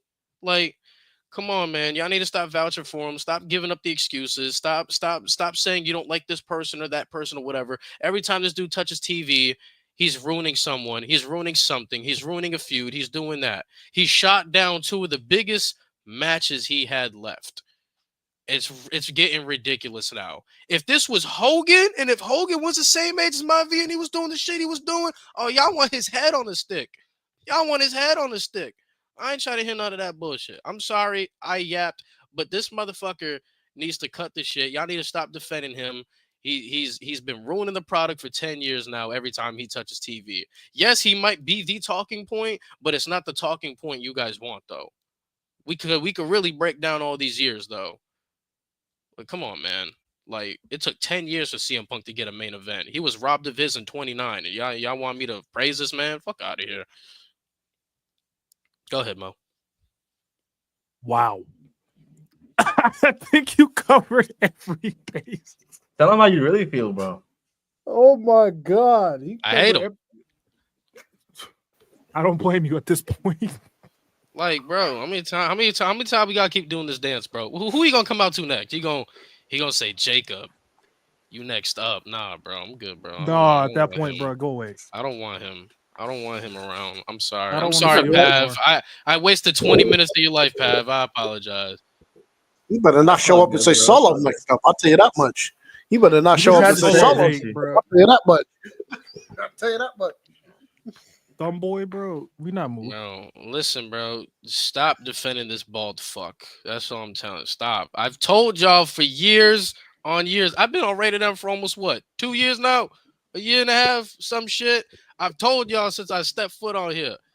Stop defending this man because of name value. This shit is trash.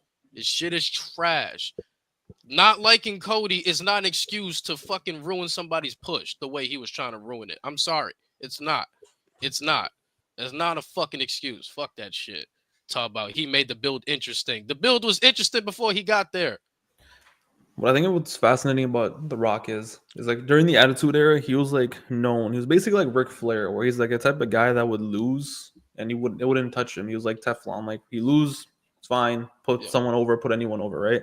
But I think something happened when he went to Hollywood. Like post that Brock Lesnar match in SummerSlam of 2002, like this guy was never the same. There's something fucking wrong with him after that. And I don't know if you guys know this story, but there's a fun story that's in Brock Lesnar's book. He actually, he wrote a book when he was in the UFC. Did you know that in 2003, before WrestleMania 19, there was a house show in Miami, Florida, and the main event was Brock Lesnar versus The Rock. It was a non-title match, and the whole time Brock Lesnar thought he was going to win. It's a house show. He's still the champion. Cool.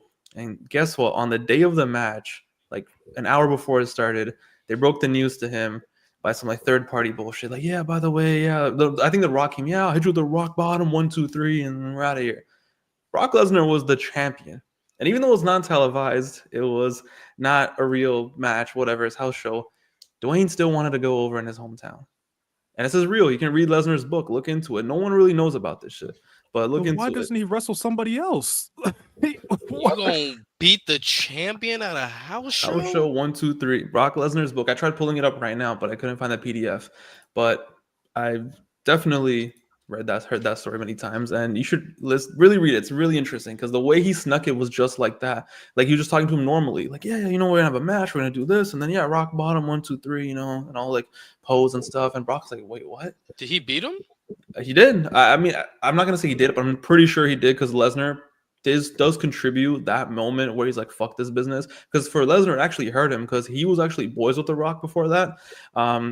Prior to the SummerSlam in 2002, their match, he actually went to Dwayne's house and they trained together because Dwayne had a ring. For some reason, you need a ring in your house, even though you're leaving the business. But he had a ring in his house and they worked out together. And apparently, The Rock gave him a lot of game. Like, hey, watch out for these people. And Lesnar says in the book, the same person who gave me all that advice was now doing this to me. So check it out. I'm just saying, like, I think his 2011, 2013 run wasn't that bad, but I do think it's funny how this guy who put everyone over, was champion barely for months in the Attitude Era, would always lose, doesn't give a fuck, it's fine. For some reason, once he went to Hollywood and came back, I looked on Cage Match, Rock did beat him. I told you guys, I don't come out here to cap. No one knows about this shit. Very low-key thing. Fuck. Very low-key. No one really knows about this shit. Non-title, right before WrestleMania 19, right before he was going to beat Austin and then lose to Goldberg and run away. I'm just saying it starts a long time ago. People have this image of this guy as puts everyone over, which he did. But he did, yeah. But something happened when people started booing him in 2002 when he had to leave. I think that's what it was. Because he was the babyface at SummerSlam 2002. So like the fact that he was getting booed before. Do you guys know about the promo that he cut after that? Yeah, exactly. That's when it started, right? He cut promo on a pay-per-view after SummerSlam 2002 after putting over Brock, where he's like, "Sing along with The Rock, it's over." Yep. And clearly it hurt his feelings. And I think the same shit happened again where he comes back, the Cody shit happens, hurts his feelings, and now he has to go on a fucking rampage. And that Cody shit was damage control. Yeah, the shit with Cody, you did not have to get involved. Like you could have had damage control. You could have built your program after Roman took the L. I feel like if The Rock really gave a fuck, all he had to do just enter number 30 at the Rumble and win that motherfucker. I don't care if you toss out one person. I'm cool with it. That's all you have to do. But once you tease another match and you fucking bitch us like that, obviously we're gonna revolt. If he really gave a fuck, all he had to do was enter the Rumble, even if he eliminates one person and barely moves, because I know he's scared he's gonna tear his fucking pecs again or some shit. I get it. Just eliminate one person. But he couldn't do that. That to me was when I soured on him. I'm like, this Cody shit's fucked. But the fact that he could have just fixed it by just entering the Rumble, that just proves to me he doesn't give a fuck. He really doesn't give a fuck. It's almost like he doesn't watch the product. Because like, how did you think that was a good idea to interfere with Cody's match after he wins the Rumble? Not before, because he did the day one thing where he teased like I'm gonna sit at the head of the table. But then it was like, okay, cool. But then Cody wins the Rumble, and like the obvious match was Cody Roman at that point. I thought it was the obvious match after 39. Like I was just like, according to Cody, that wasn't the match. He was told, like, I think 10 minutes before the Rumble, like, hey, just telling you, you're not guaranteed to face Roman because this is on the table and he wants to do this. but you're still winning the Rumble. I think what this teaches us about wrestling is these motherfucking stupid ass bookers get way too cute and they start planning shit years in advance because everything's about storytelling, everything's about fucking cinema. It's the same thing. If Rock had just lost to Cena, which was the right thing at the time, everything gets fixed, everything works out. If Cody had just beat, I know it worked out well still. I love the 40 match, but if Cody beats Roman at 39, everything kind of works out. Sometimes you just have to pull the trigger on the right thing because you don't know what's going to happen in a year. It's not like the NBA playoffs where, yeah, you know, this team will come here. If the storylines there are cool. No, you control the storyline. So, but still, sometimes you got to just make it work. You don't know who's going to debut. You don't know if CM Punk's going to come back, for example. You don't know what the fuck's going to happen. Sometimes just do the right thing so you don't have to worry about backtracking and fixing this shit later. That should be the beauty of it being scripted is you really control what happens. But then you just give up all control when you start planning years in advance. It was also the booking around 40. Not only was Cody not originally going to face Roman, but the fact they had him go on live TV, dap this motherfucker up and say, "Go get yours, man." Even though I won the Rumble and I earned the right to face Roman. It's like Hogan. It's like Hogan at WrestleMania 9. It is. It's it like is. Brett, It literally it's like is. Brett be like, "Go get him!" Like what? What do you mean, go get him? I mean, to be fair to Bret Hart, I'm pretty sure Bret Hart was telling Hulk Hogan to go fuck. I'm pretty sure Bret Hart was telling Hogan to go to the back. Nah, but this is the thing. They fucked Bret Hart too because they go to the back, but he had that salt in his eyes, so he couldn't see. You know, that but they salt in fucked his Bret eyes Hart too. They said he had a SummerSlam match with Hogan, right, in '93. He was supposed to have the match, yeah. Why would he get that? Hogan always goes over. He's not fucking giving you that shit.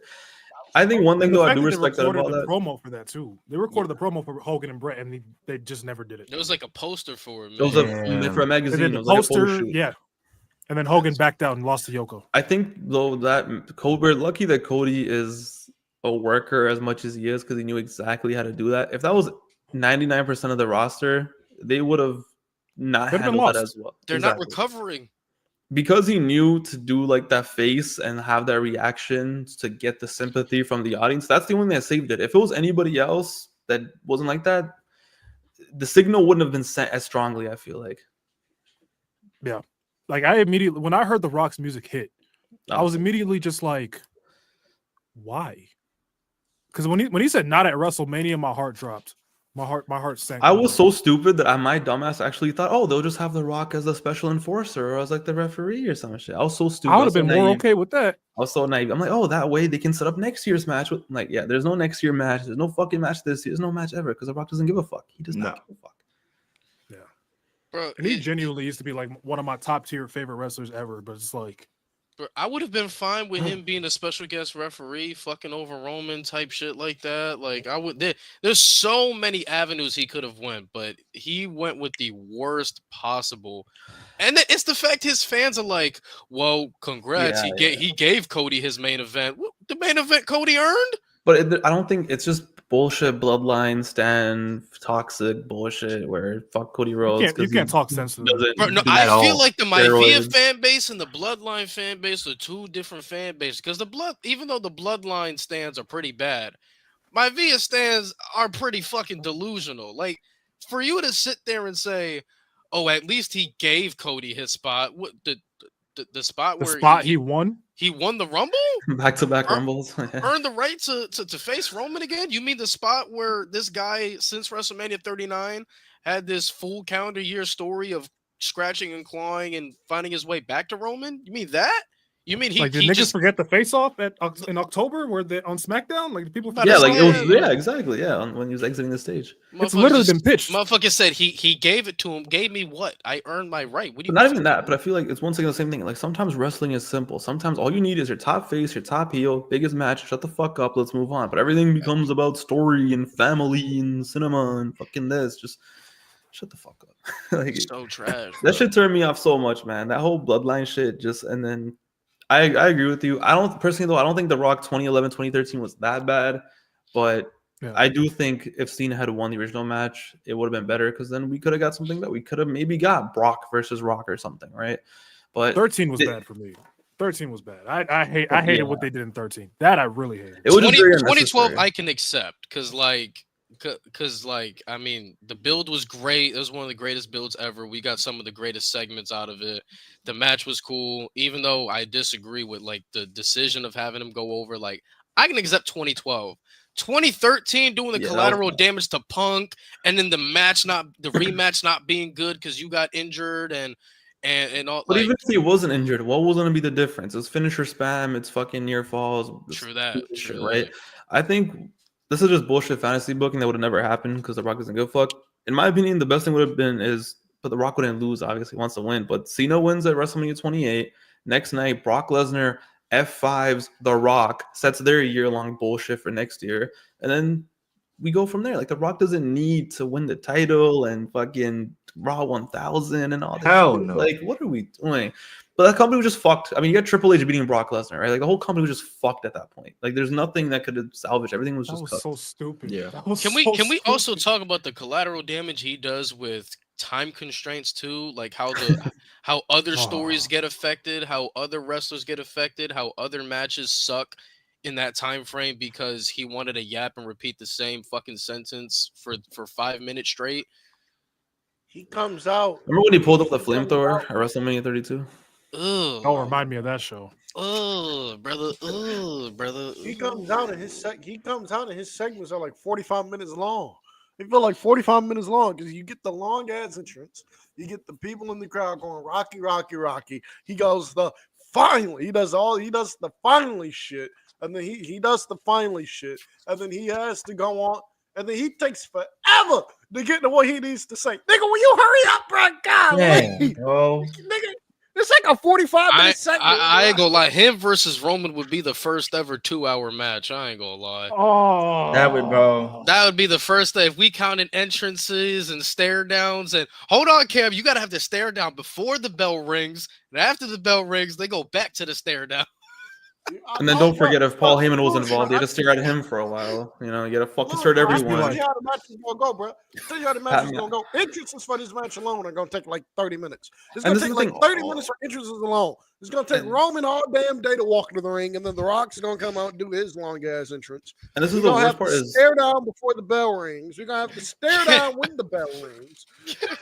And this is the worst part. This was not The Rock back in the day. Like, other than the Hogan match, he was never this type of guy. He was the guy who would have the quick entrance. He would start brawling right away. Like WrestleMania 17, there's no ring bell. They just fucking go in there and start doing just shit. throw hands. Exactly. Like, The Rock was known for that. But now it's just this aura farming bullshit, bro. I will say that's what made his matches fun back then. Was immediately his matches were balls to wall, straight hands. Fucking, we're gonna go to the announce table. We're gonna go to the crowd. I'm gonna get fucking fall on the concrete, suplex some shit. Like, it was a routine, but I don't know. It's fucked. It's cooked. Dwayne's gone. He's too far gone. He's terrible. He's 2025, man. He's terrible. He's terrible. At least when Cena went Hollywood, he said, "You know what? I'm gonna try my best to make these young guys as best as I possibly could." Yeah. Nowadays, I don't give a fuck. Have your 17 gang. You earned it trying to deal with Theory and Solo and shit. Ain't that right, Cam? Bro, Lewis literally said it in the Discord. He was like, bro, Theory made Cena look washed. Yeah, bro. no, I rewatched that match, bro. Theory looked like a hot pile of ass. It was so bad, bro. People think. All right, so I rewatched that whole build. Theory's promo on Cena wasn't bad. Like, Theory, I think for his standards, cut a damn good promo. Cena, but I think for Theory standards, he cut a damn good promo. But that match, he made Cena look awful. Like an idiot. Awful. I said, Cena, I apologize. It's not your fault. It was his fault. Bad. Speaking of Cena, though, so we got to talk about the main event of night 2, and then we can dive into Raw after Mania. Yeah. So there's this split on the main event. I think everyone can agree the match itself was pretty mid, but there's this split of people. This is a split of people that there's one side that believes, okay, Cena having a bad match is what's ruining wrestling. And then there's the other side that's like, we can't do this. There's the other side that's like, that's stupid. We can't do this. We can't. I'm so tired of this shit. Oh, John Cena said he's going to ruin wrestling, so he going to have some shitty matches. Nigga, I'm tired of this. The man, John Cena, I love you, man. You are my GOAT. I do. I love you, man. I do. I'm not watching John Cena in 2025 expecting PWG Cena. I'm not. But nigga, this match was ass. This shit was terrible. This was a terrible match, nigga. This shit was ass. Golly. And then the finish made no god. And then the finish was fucking worse. Travis Scott, I never want to hear fucking Fiend again, bro. I'm going to the club on. I'm going to the club on Monday. Bro, I'm going to the club on Monday. Bro, I'm going to the club on Monday because the baby is gonna be there. I really want to, I really want to bribe the DJ. I might slide the DJ 100, bro, and be like, "Look, don't play Fiend. Don't play Fiend tonight, please. I'm tired of that fucking song. I'm so tired of hearing that shit. I'm Fiend. What you mean, Fiend? God, bro. I'm tired of the fucking song. Travis Scott comes out, and then they do the fuck was that finish? My God. Shit was I don't mind Travis Scott being out there. It's the fact he waltz his way to the ring, bro. He should have came with Cena. He should have came alongside Cena. That would have saved so much of that. Honestly, I knew it was cooked in the arena. Like I was having a blast. That was fun. It was lit, and it was cool watching Cena wrestle like Hollywood Hogan and shit. But I knew it was cooked once when they did the Super AA so fucking early, and I'm like, it's not even over yet. Like the match didn't even start. Yeah.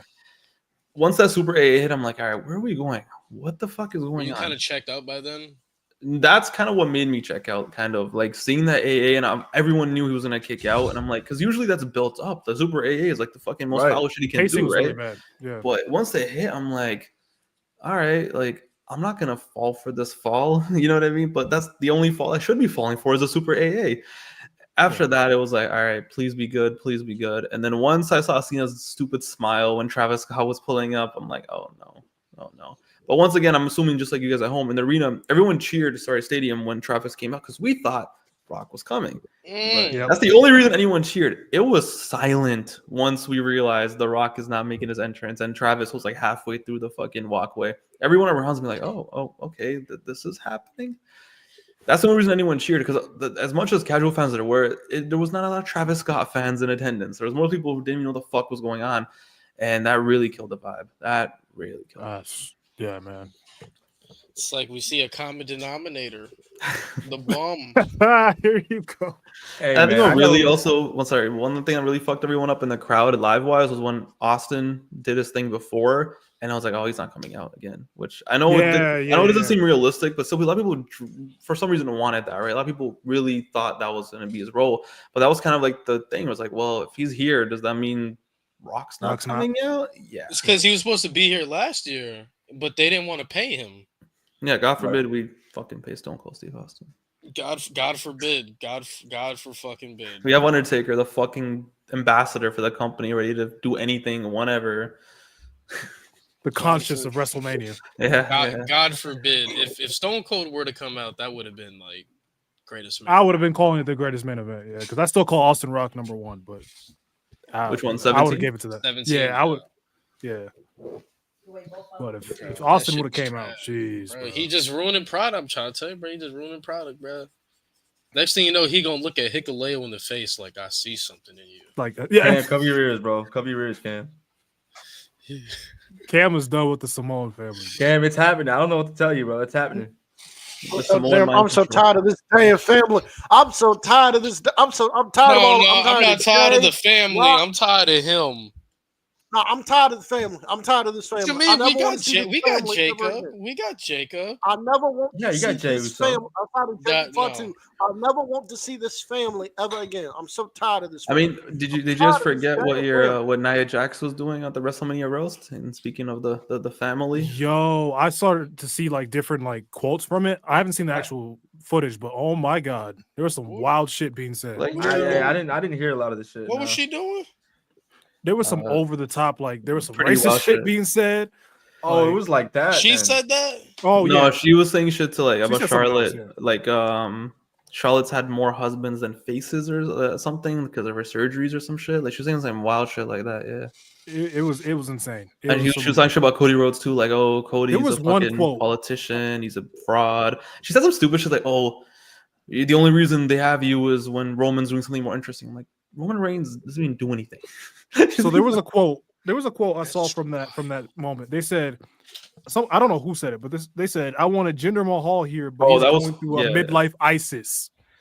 Not a midlife crisis. That was one of the comedians. I think it was maybe Tony Hitchcock. It was one of the comedians. It was some stupid shit. It's so bad. That's just hilarious because it's like wrong ethnicity, wrong religion, wrong nationality, just saying shit to say shit. Yeah, what the fuck? They said Jay was an underdog, which is what Shinsuke ate for dinner tonight. Yeah. Like, Come on, why bro. are we? Why That shit is ridiculous, bro. Yo, WWE's PR is in the What mud. is wrong with them? What the fuck is wrong with them? And then you have Paul Heyman telling people they're gonna get deported on the Pat McAfee show. I seen that, bro. I my seen that one. I'm like, God. oh my goodness, it's gonna be a nightmare for Nick Khan, especially with the So ATV thing at wild. ringside.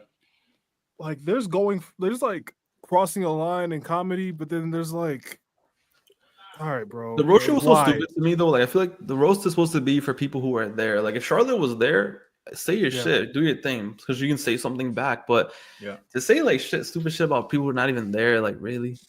Like, gender's not even a part of the company anymore. Yeah. You think Jinder Respect knew he Jinder, was bro. gonna win? Like, come on, man. this is why I got the infamous Don't thing. remind me. Don't Jinder's remind me just that breathing. It's not his fault, Mo. it's not. But He don't didn't remind do me, bro. nothing. He literally I would've- pulled up to work and they said you're winning the title. He was like, "Oh, I feel bad for him. would've I feel bad for him. Well, I would have let a bit of fly to all of that conversation where they told Randy, "Hey, Randy, you gonna drop that title to Jinder, bro?" I wonder what his reaction. Bro, I would have loved to see his reaction to that, bro. Oh my god. Shit I was would love ass. to hear what they told Cody. Hey, bro, you're not main eventing, huh? What you mean I'm not main eventing? Like, what you mean, bro? What you talking about, bro? This better. It might be on. That's what I would have said. Am I being punked right now? Like, what you mean I'm not main? Who main evented over me? And then he just walks through the door like, oh, Like, my Viet, he just comes in. oh, Like, this brother. motherfucker. I ain't gonna lie. I would have resigned that day.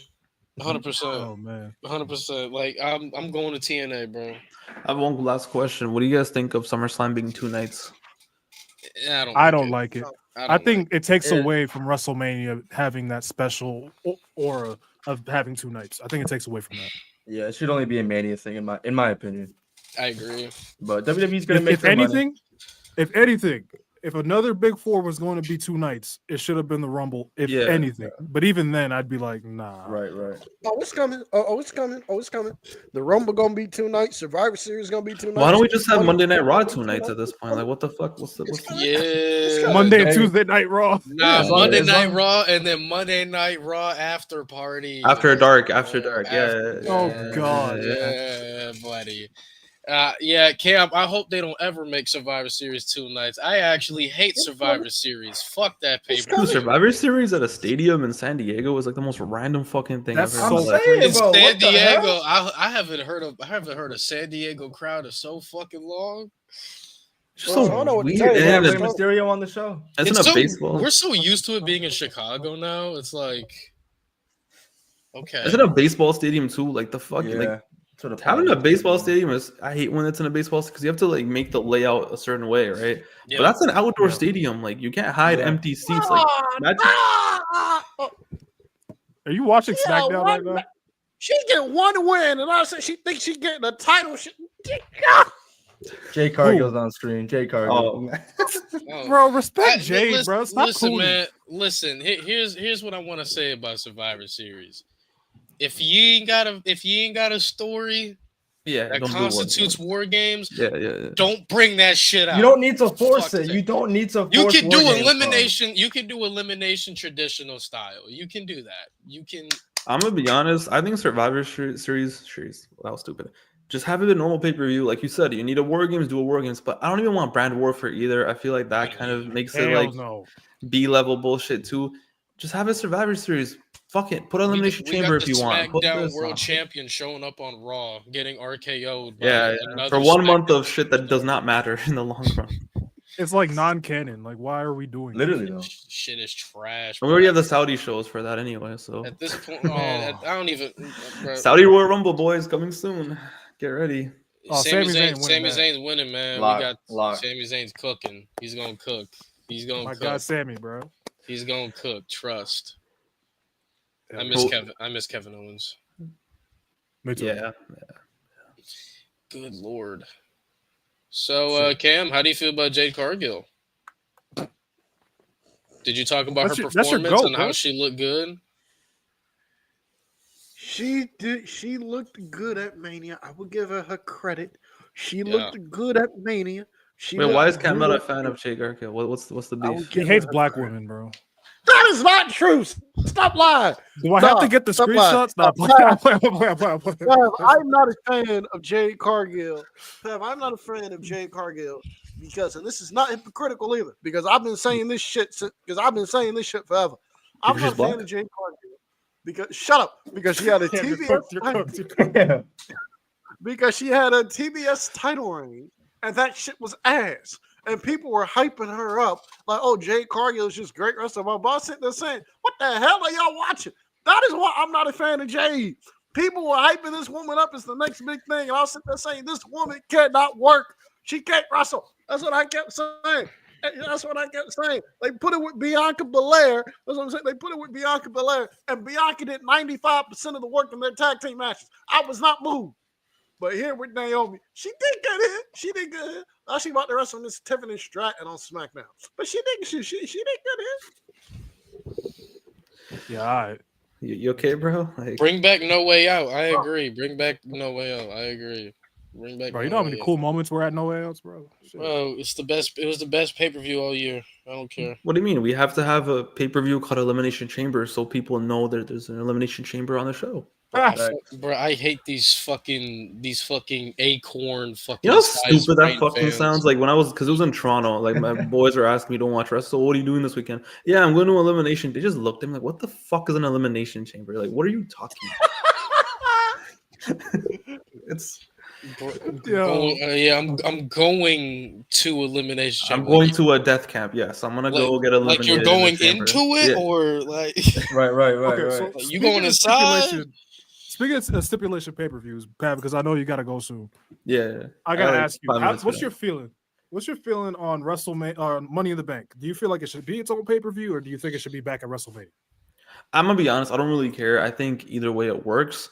I do miss it being on WrestleMania because that's just what I grew up on. It's just like seems like the staple. But now it's been so long that I kind of forgot how it feels to be at a WrestleMania. But I think the thing about Money in the Bank is the problem is, yeah, you'll name it Money in the Bank, but like how often does anything of importance happen on those shows anymore that's not Money in the Bank?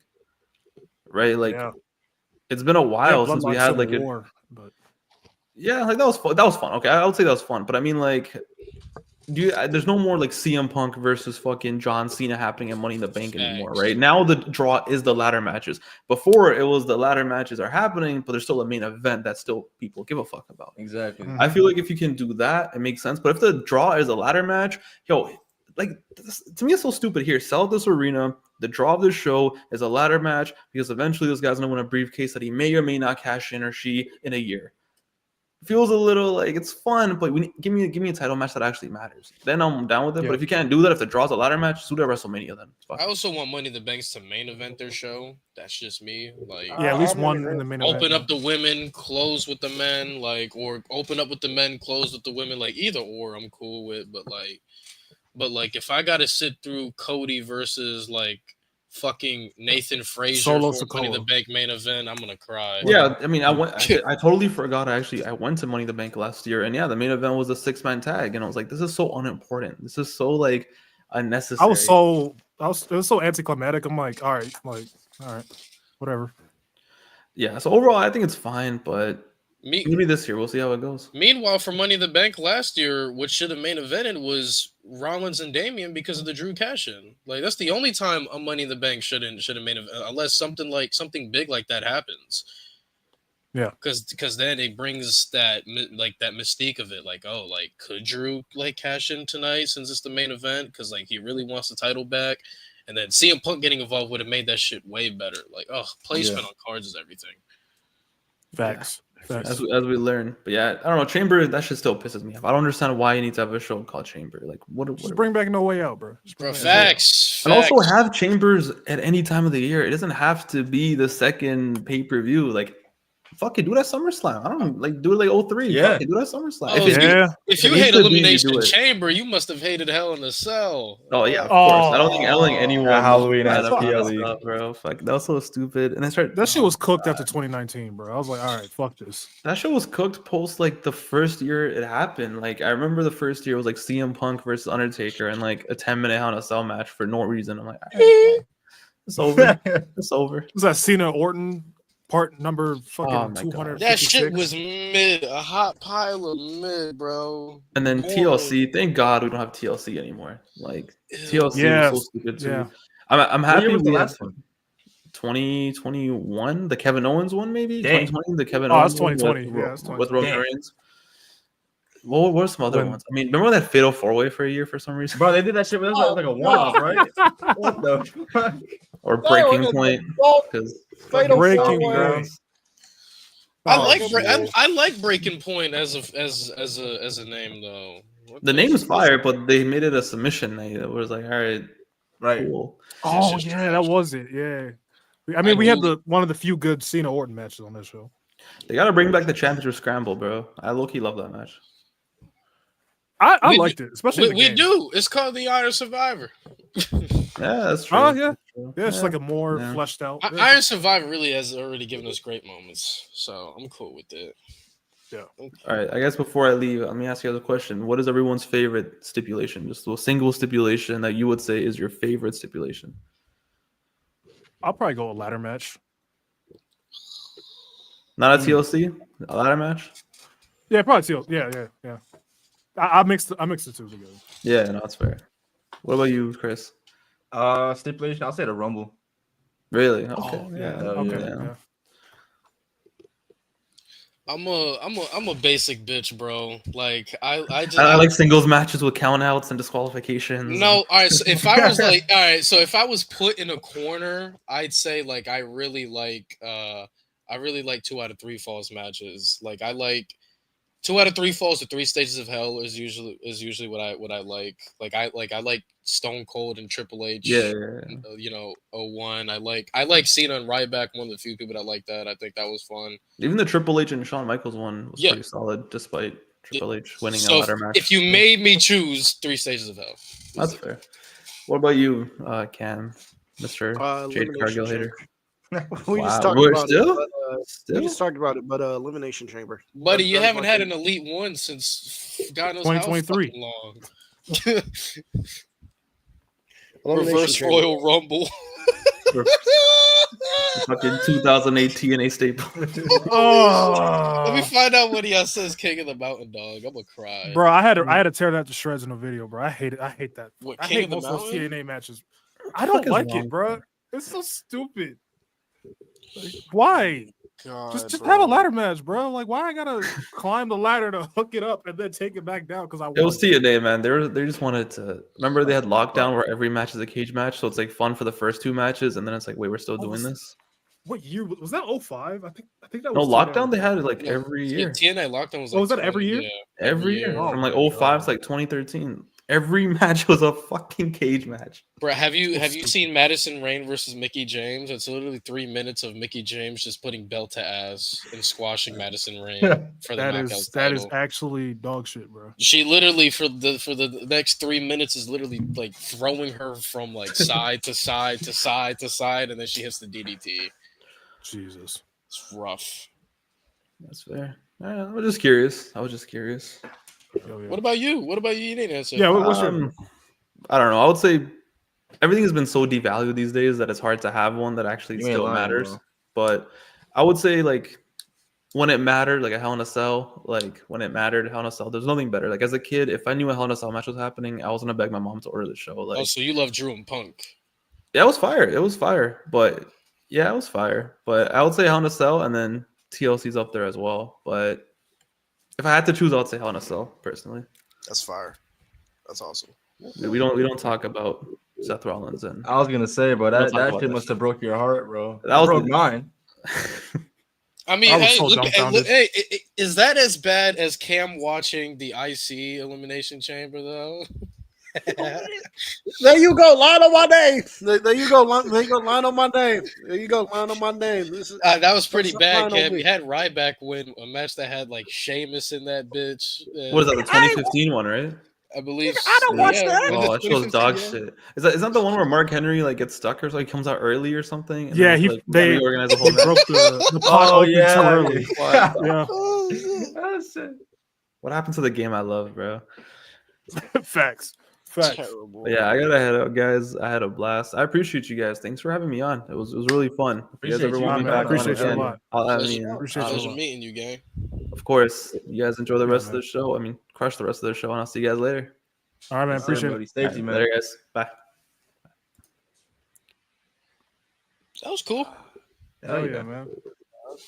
So Cam, why are we not allowed to talk about the 2015 IC Chamber? It happened. Because you lying on my damn name. We That's why. bullied Khris about Jack Perry getting his ass stomped out by Danielson at All Out. Why can't we fucking? You are lying on my name. You are lying on my name. I don't Why like that can't we 2015 talk? Why can't we talk about it? I don't. You lying on my name saying I enjoyed that. Stitch. Did the match happen? Yes or no? He said yeah. He said yeah. He said, You are "Claro que sí." lying on That's exactly what he said. You are lying on my name saying I enjoyed that. I said, why can't we talk about it? I never said you liked it. I just said, why can't we talk about it? I never said you liked it. I He just said, likes why it. can't- He likes it. You like Just it? like he likes Solo He likes Sikoa, it. bro. Cam, I'm glad he does. Stop lying on my name. What do you mean all lying, I'm bro? You be pulling all out for the I watch ask- alongs only for Solo Sikoa, bro. You were mad that Jacob Fatu got the United States Championship match at Mania over Solo. Just tell it. Just tell me, bro. All right, bro. Just tell the world. All right, bro. Quit disrespecting. I'm gonna get up out of here. Yeah. It's not disrespect, it's the truth. Damian Lillard is washed. Yeah, he washed. Oh, are they getting Yeah, smacked? Are they getting smacked? He getting belt the ass, put on. They're not getting washed, but he getting washed. He getting belt the ass, I mean, the put Pacers on are him by up. injuring them All hard. right, so He and them have- unfortunately, chat, the way how it's looking, Shador Sanders is falling to the third round. Really? Yeah. I thought Bro. he was gonna be like a first pick. The last Hell remaining no. the last remaining quarter the last remaining teams do not need a quarterback. Baltimore, Denver, Washington, Chicago, Kansas City, Philly. Third round. Third fucking round. I thought today it was a lock that he I was a thought so, Cleveland too. Brown. Cleveland Browns with a Or the I Raiders. don't know, bro. I feel or the like- Raiders. But I was like, okay, so if they're not going there, then New Orleans has no choice. They took a quarterback. Wasn't Shador. They took Tyler Show from Louisville. Is Jalen Milroe still on the board? Yes, I believe so. My boy, who's a Giants fan, he was a little iffy on Jackson Dart. I tried telling him, I'm like, bro, listen to me right now. He wanted Sanders. I'm like, listen to me right now. In the long run, this is gonna work out. One, I think Jackson Dart is better, and two, you don't get all the bullshit that comes with Shador Sanders coming to the Giants, even though it's New York. But I'm just saying, I think in the long run, Jackson Dart will be better. Bro, Shador at these player meetings had to be doing the shmoney on the table or something, bro. Like I gotta know what happened for him to drop down this low. All right, William, the reason why Lamar was never drafted high was because in college he wasn't that good of a passer. He was an okay passer. But the reason why Lamar went first round is because he was so dynamic. Like you never saw him as a runner. And on top of that, in college, he was like one of the most electrifying players ever. Like he's one of the greatest Heisman winners ever. So at least with Lamar, there was something to build off of. And Lamar is now like one of the most top tier passers in the league. So. Whooping the hell out of Jared Cargill. No, fuck. Who? Someone on Twitter said the match is kind of cooking, bro. The Jade and Tiffy match is cooking. Bro. Oh, okay. Bro, so Cam, why can't we talk about 2015 IC? Shut up. Bro, Naomi has been fantastic. Why can't we? Why can't we? The match happened. Shut up. Bro, I don't know if y'all seen it. It's not my fault that you like Elimination Chamber matches. I love Elimination Chamber matches. So you had the 2015 IC. That one was shitty. That one was shitty. Which one was the one Goldberg won? 03? I don't like that one. No, that was the one he lost because of lost. Yeah, was that 03? Yeah. That was 03, yeah. I don't like that one. Oh, yeah, Cam, you got that one too. Yeah, that's yours right there. I don't like that. Where Goldberg eliminates everybody but Triple H. Do y'all think he should have just won that one? Who, Goldberg? at that point, if you're just gonna you squashed everybody. Yeah, just do it. It's like what they did with Braun Strowman in 2018, bro. Like, why? Oh, that's shitty. Actually, no, the chamber match itself wasn't shitty. The end result was shitty. The ending was stupid. Yeah, that was same with the Goldberg one. It was entertaining, and then he got hit with one sledgehammer shot, and that was it. Bro, that's biker shorts Triple H. I don't care if he fucked his quads up. That shit was ugly. Ew. That shit was ugly. Oh, I also don't like Triple H in white boots. 04 Triple H, throw them shits out. I didn't hate that. I like those. I didn't hate that. Nah, go back to black, buddy. I didn't hate that. I thought them shits was tough, bro. Yeah, it was different. I was like, all right. It's not like Sean wearing brown tights, bro. Oh, that was horrible. No. It's not like, yeah, bro. No. I'd rather see Sean in jeans. That was tough. I'd rather see Sean in jeans. That was tough. What was that? SummerSlam 02? Yeah. Tiffany and Maya.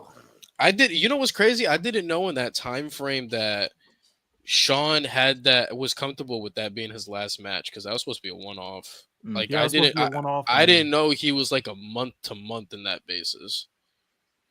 Yeah, I think it was after WrestleMania 19. I think he was like, all right, I might as well just keep going with this.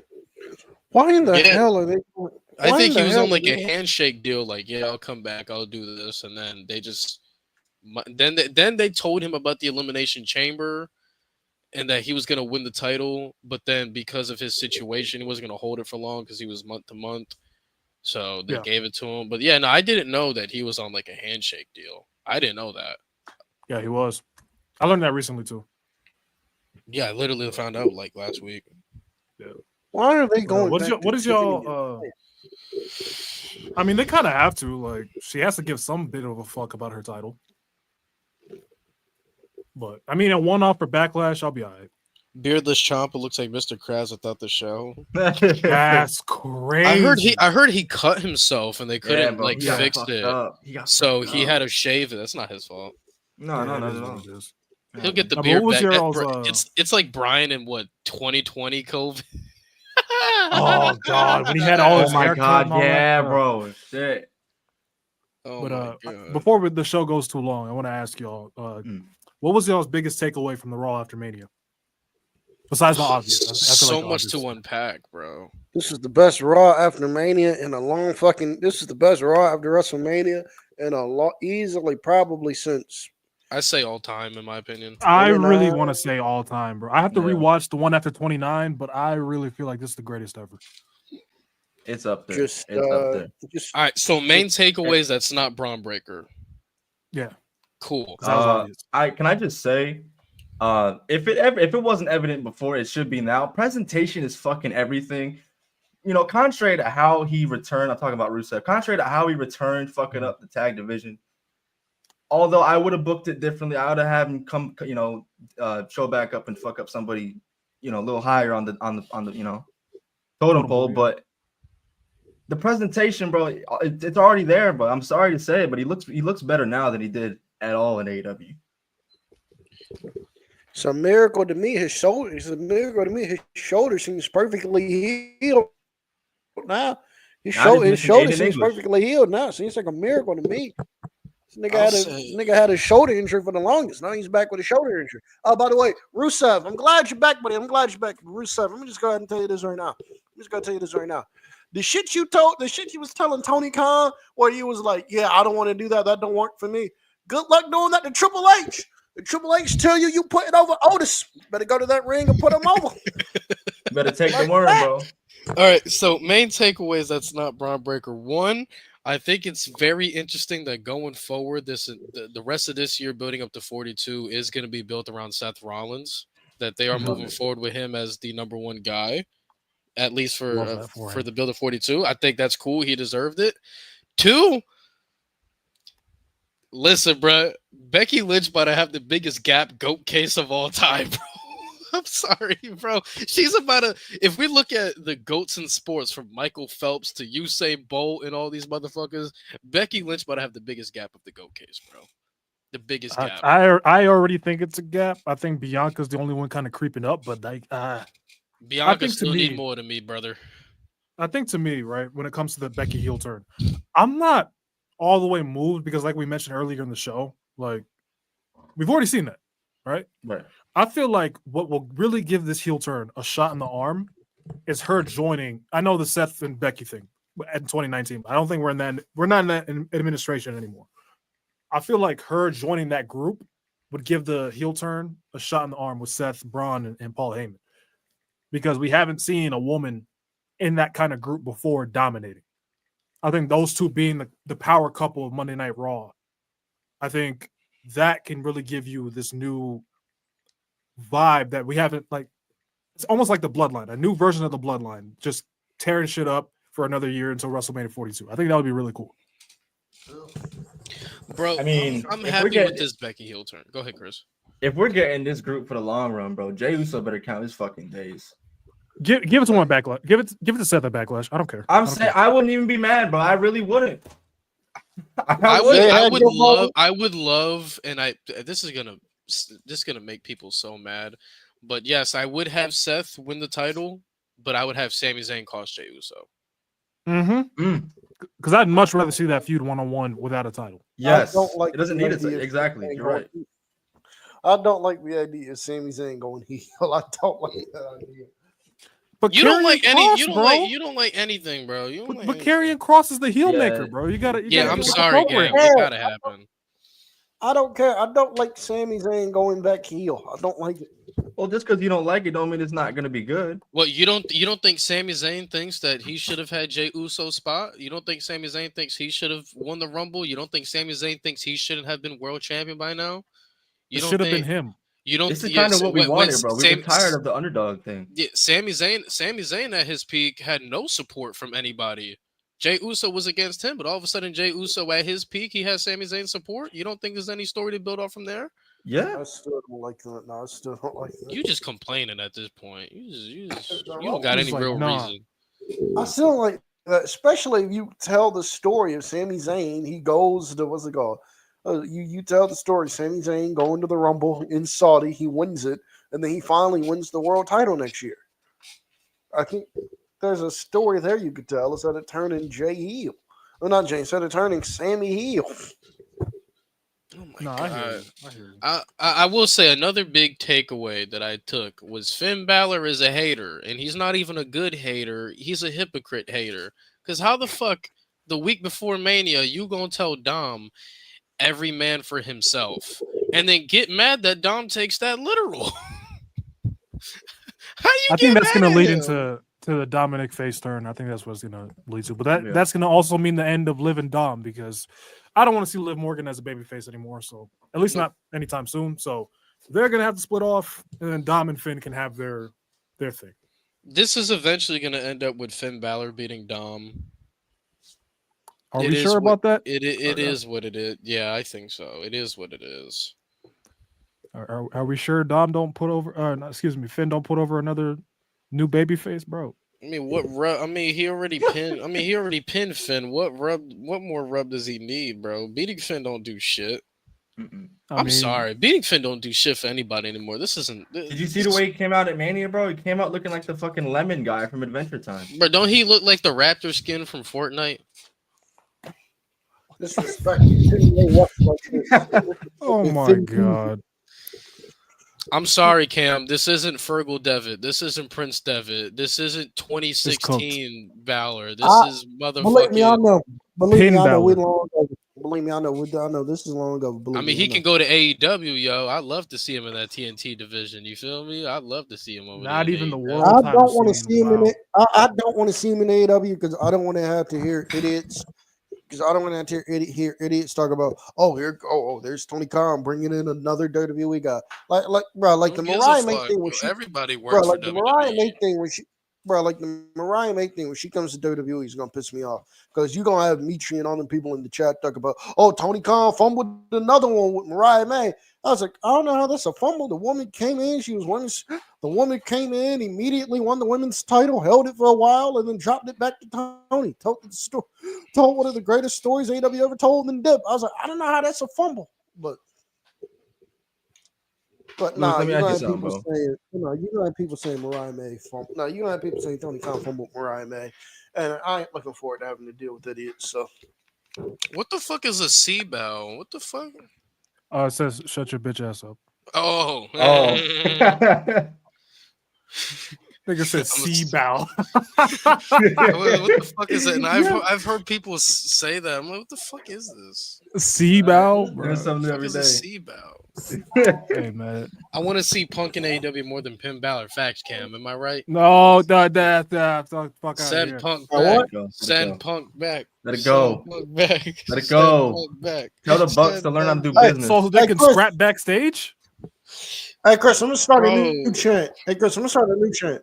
Bring back Jack Perry. No, bring back Jungle Boy. Bring back Jungle Boy. Bring back Jungle Boy. I don't want either. Baltimore- I don't want either. I mean, That's Lewis, where you know you what? start Nobody losing asked your me. opinion, Lewis. Stop. I don't want either. Stop. I don't want Stop. either. I just like don't want Omar. either. I don't get what's wrong with Hey, that. look here. What's wrong with Jack Perry? Hey, look here. Everything. lot. He's Chris, a boring. lot. Mo, nobody asked you. Stop talking, Mo. Nobody asked. Lewis. What is this? Nobody asked. I'm talking to Lewis. Nobody asked you. This is my channel. No, I'm playing. Chris, What'd you say to me, Cameron? Chris Lewis, I'm sorry. I think Jack Perry was infinitely more entertaining when he was Jungle Boy compared to now. I think he was infinitely more entertaining. Chris, as that's your Jungle Boy. man's, bro. I'm not offended. Fuck him. I but think he was that's your infinitely man's. more Fuck him. entertaining as All Jungle right, Boy. all right. When he came out and was doing the song and shit, I think he was infinitely more entertaining. I As Jungle think Boy than he Luchasaurus was carrying him, yeah. I have was an actual over when he question for came in. Lewis. I have an actual question. No troll. All right. How do you feel that Jey Luchasaurus Uso- has a better AEW career than Jack Perry? Talking about that anymore. I have a That is genuine question. Genuine question, Lewis. Not to beat it with the dead horse. Jey Uso, new world heavyweight champion. Gunther, what does he do now? I know he's suspended for kayfabe. What does he do when he comes back? Please take Pat McAfee. Please, Pat look here, McAfee, Lewis. man. Lewis. The Pat. Here's Lewis, what I Lewis, think. I think he Lewis. faces Pat. What- I think Gunther's gonna go on crash out mode. I think he faces Pat. I think people, y'all not gonna like this. I'm gonna keep saying it until it happens. Just get out the way. I think Goldberg interferes to cost Gunther the match against Pat to make Gunther go into crash out mode even more. And I think Gunther beats Goldberg. I think Gunther beats Goldberg. I think that's what they're trying to do. I would much rather. Yeah. Okay, if we have to have the Goldberg match, I would much rather Gunther beat Pat. He continuously beats the shit out of Pat, and then Goldberg makes the save. I'd much. Yeah, prefer but that. but this story also lining up that Pat That's should what like this is right win. Do y'all see what this is right here? Yeah, don't sausage. point that nasty sausage at me. Don't put that shit down. Hey, yo, Y'all not ready for Michael Cole to come out of retirement, bro. Oh, look here. I mean, I'm just look saying. here. Lewis, get the sign. What? I don't Why? think we hate. I don't Lewis, think we look hate here. Pat. He just be Ah. doing too much at the worst moments, bro. Lewis, shit. I will I tell you don't this even stuff. do shit. Lewis, I will tell you this stuff. I will push Gunther is the greatest of all time narratives if he gets Pat McAfee off commentary forever. If he gets Pat You should be doing McAfee that. off Nah, commentary, he's not if that bad, Gunther bro. beats if Gunther whoops Pat McAfee's ass so bad that Pat McAfee is no longer able to do commentary, I will sit there and champion Gunther is the greatest of all time. I will sit there and champion. All right, let's But not he act has to like get Pat Pat McAfee McAfee is this dog shit commentator. He Yeah, just can be we doing stop too that, much. please? He just He's be not doing that too bad. much. He's not bad. People be. I understand if he's gassing not it, your bro. cup of tea. but I people don't acting I don't he's the mind if worst he stands commentator on the ever. table and yeets and does all that shit. It's just he's It's like just more fun, bro. he's like more Ronaldo sometimes. Like saying you know, I don't need the sports references sometimes, you know, just keep it wrestling. Yeah. There's just sometimes I'm like, all right, dial back a little bit, but he's fun. Yeah. He's fun. I'm alright with it. I'm cool with him wrestling every once in a while. I mean, he's had more classics than Solo. Low bar. Not a high bar. Why But for, is my shit for a so- commentator though, for you to go what 3 for 3? For I what don't 5 care. for That is 5? not a Because he high has bar. he has Solo. the Adam Cole match at Takeover. Then he has the War Games match at Takeover. Then he has the match against Austin Theory at Mania, and then he has Baron fucking Corbin. So Yeah. I'm just saying, bro.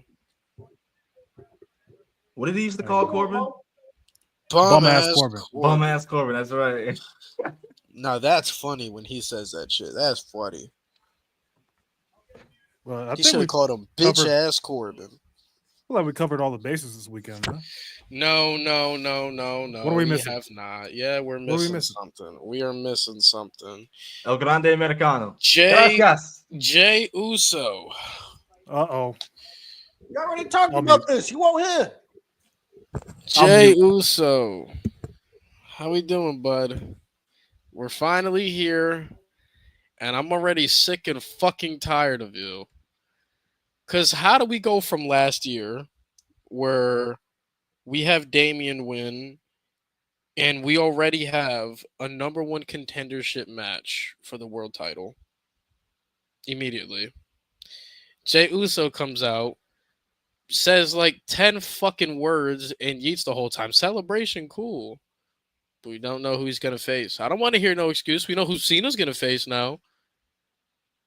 I'm telling you, it's because they don't know who they want Jey Uso to face, because they don't know who can bring the best out of Jey Uso. That's why they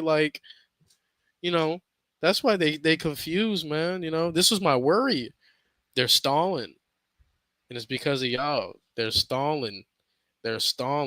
Sure, the Sami Zayn shit would be cool, but is he going to face Sami Zayn right away, though? If Sammy had attacked him, I would have been like, all right, cool. But nah. What is that comp? This is rated M, bro. I love you, Charlie. I love you. Cam can't relate. Wow. I love you. Yeah, he's gay. I feel like Jey Uso about to have the most protected title reign ever. Yeah. Cam, you said it's a booker's job to hide weaknesses? Okay. So we're going to look at Triple H when this fails? Yes, we will. Yes, the fuck we will. I'm looking at both. Both, absolutely, but we're not. I'm pulling a chameleon, bro. Both my eyes going. That's crazy. I'm looking at both, boy. Hey, man. I'm looking at both. But listen, guys. Joe Hendry. Awesome. Great moment. But this is what I want to say. I said it on No Name, and I'm going to tell you bitch ass motherfuckers here. Do not be upset that I compared Jey Uso to the big boys. Congratulations, guys. Congratulations to the Yeet base. Congrats. You finally fucking did it. He's finally world champion. Mo, your camera's blurry as hell. I know. I can't fix it. I don't know what's going on. But congratulations, Chad. You did it. You finally got him here. I would say I'm happy for you, but I'm not. But congrats. He's here. And guess what? He's a main eventer. Do you know what I could do with main eventers? Compare them to the counterparts. Lewis, you can't compare him to Roman. Why not? Lewis, you can't compare him to Cody. Says who? Lewis, it's not fair to compare him to Drew. How so? He's a main eventer, right? I can compare him to main eventers, right? Good. Glad we know each other, because my main event standards are high. So if my world champion is not hitting, and I would admit Jey Uso is my world champion, and I get to critique my world champion however I want to critique him. That's real. If he can make Damian Priest have a good world champion, then he can have a good one. That was Jey Uso? Jey Uso was the reason why Damian Priest had a good title reign? Are we fucking lying? Or I think he means Triple H. Oh, I'm about to say, Malik, you guys, because that Jey Uso match was the worst title match out of the defensive Damian had. Damn, you ain't lying. You ain't. So wow, let's all dumb it down now. Let's dumb it down. Yeah, you now. meant Triple H. Okay. All right, cool. Yeah. Yeah, as long as as long as you're not spamming the yeet shit, you feel me? You're world champion now. So somebody. Yes, sir. Yes, Jay's a main event. Congratulations, Yeet, bro. Fuck you. I ain't no Yeet, bro. But yes, he is a main eventer in the main event scene. So he deserves to be compared to the Romans, the Punks, the Drews. Absolutely. Absolutely. Yeah. Anything else we got to cover? Joe, we can talk about Joe Hendry for a little bit. I mean, yeah, it was a great moment. I feel like people complaining that he lost really quick is fucking stupid. I don't understand, bro. He was not gonna come in and beat Randy Orton. I don't give a fuck if he was the TNA World Champion.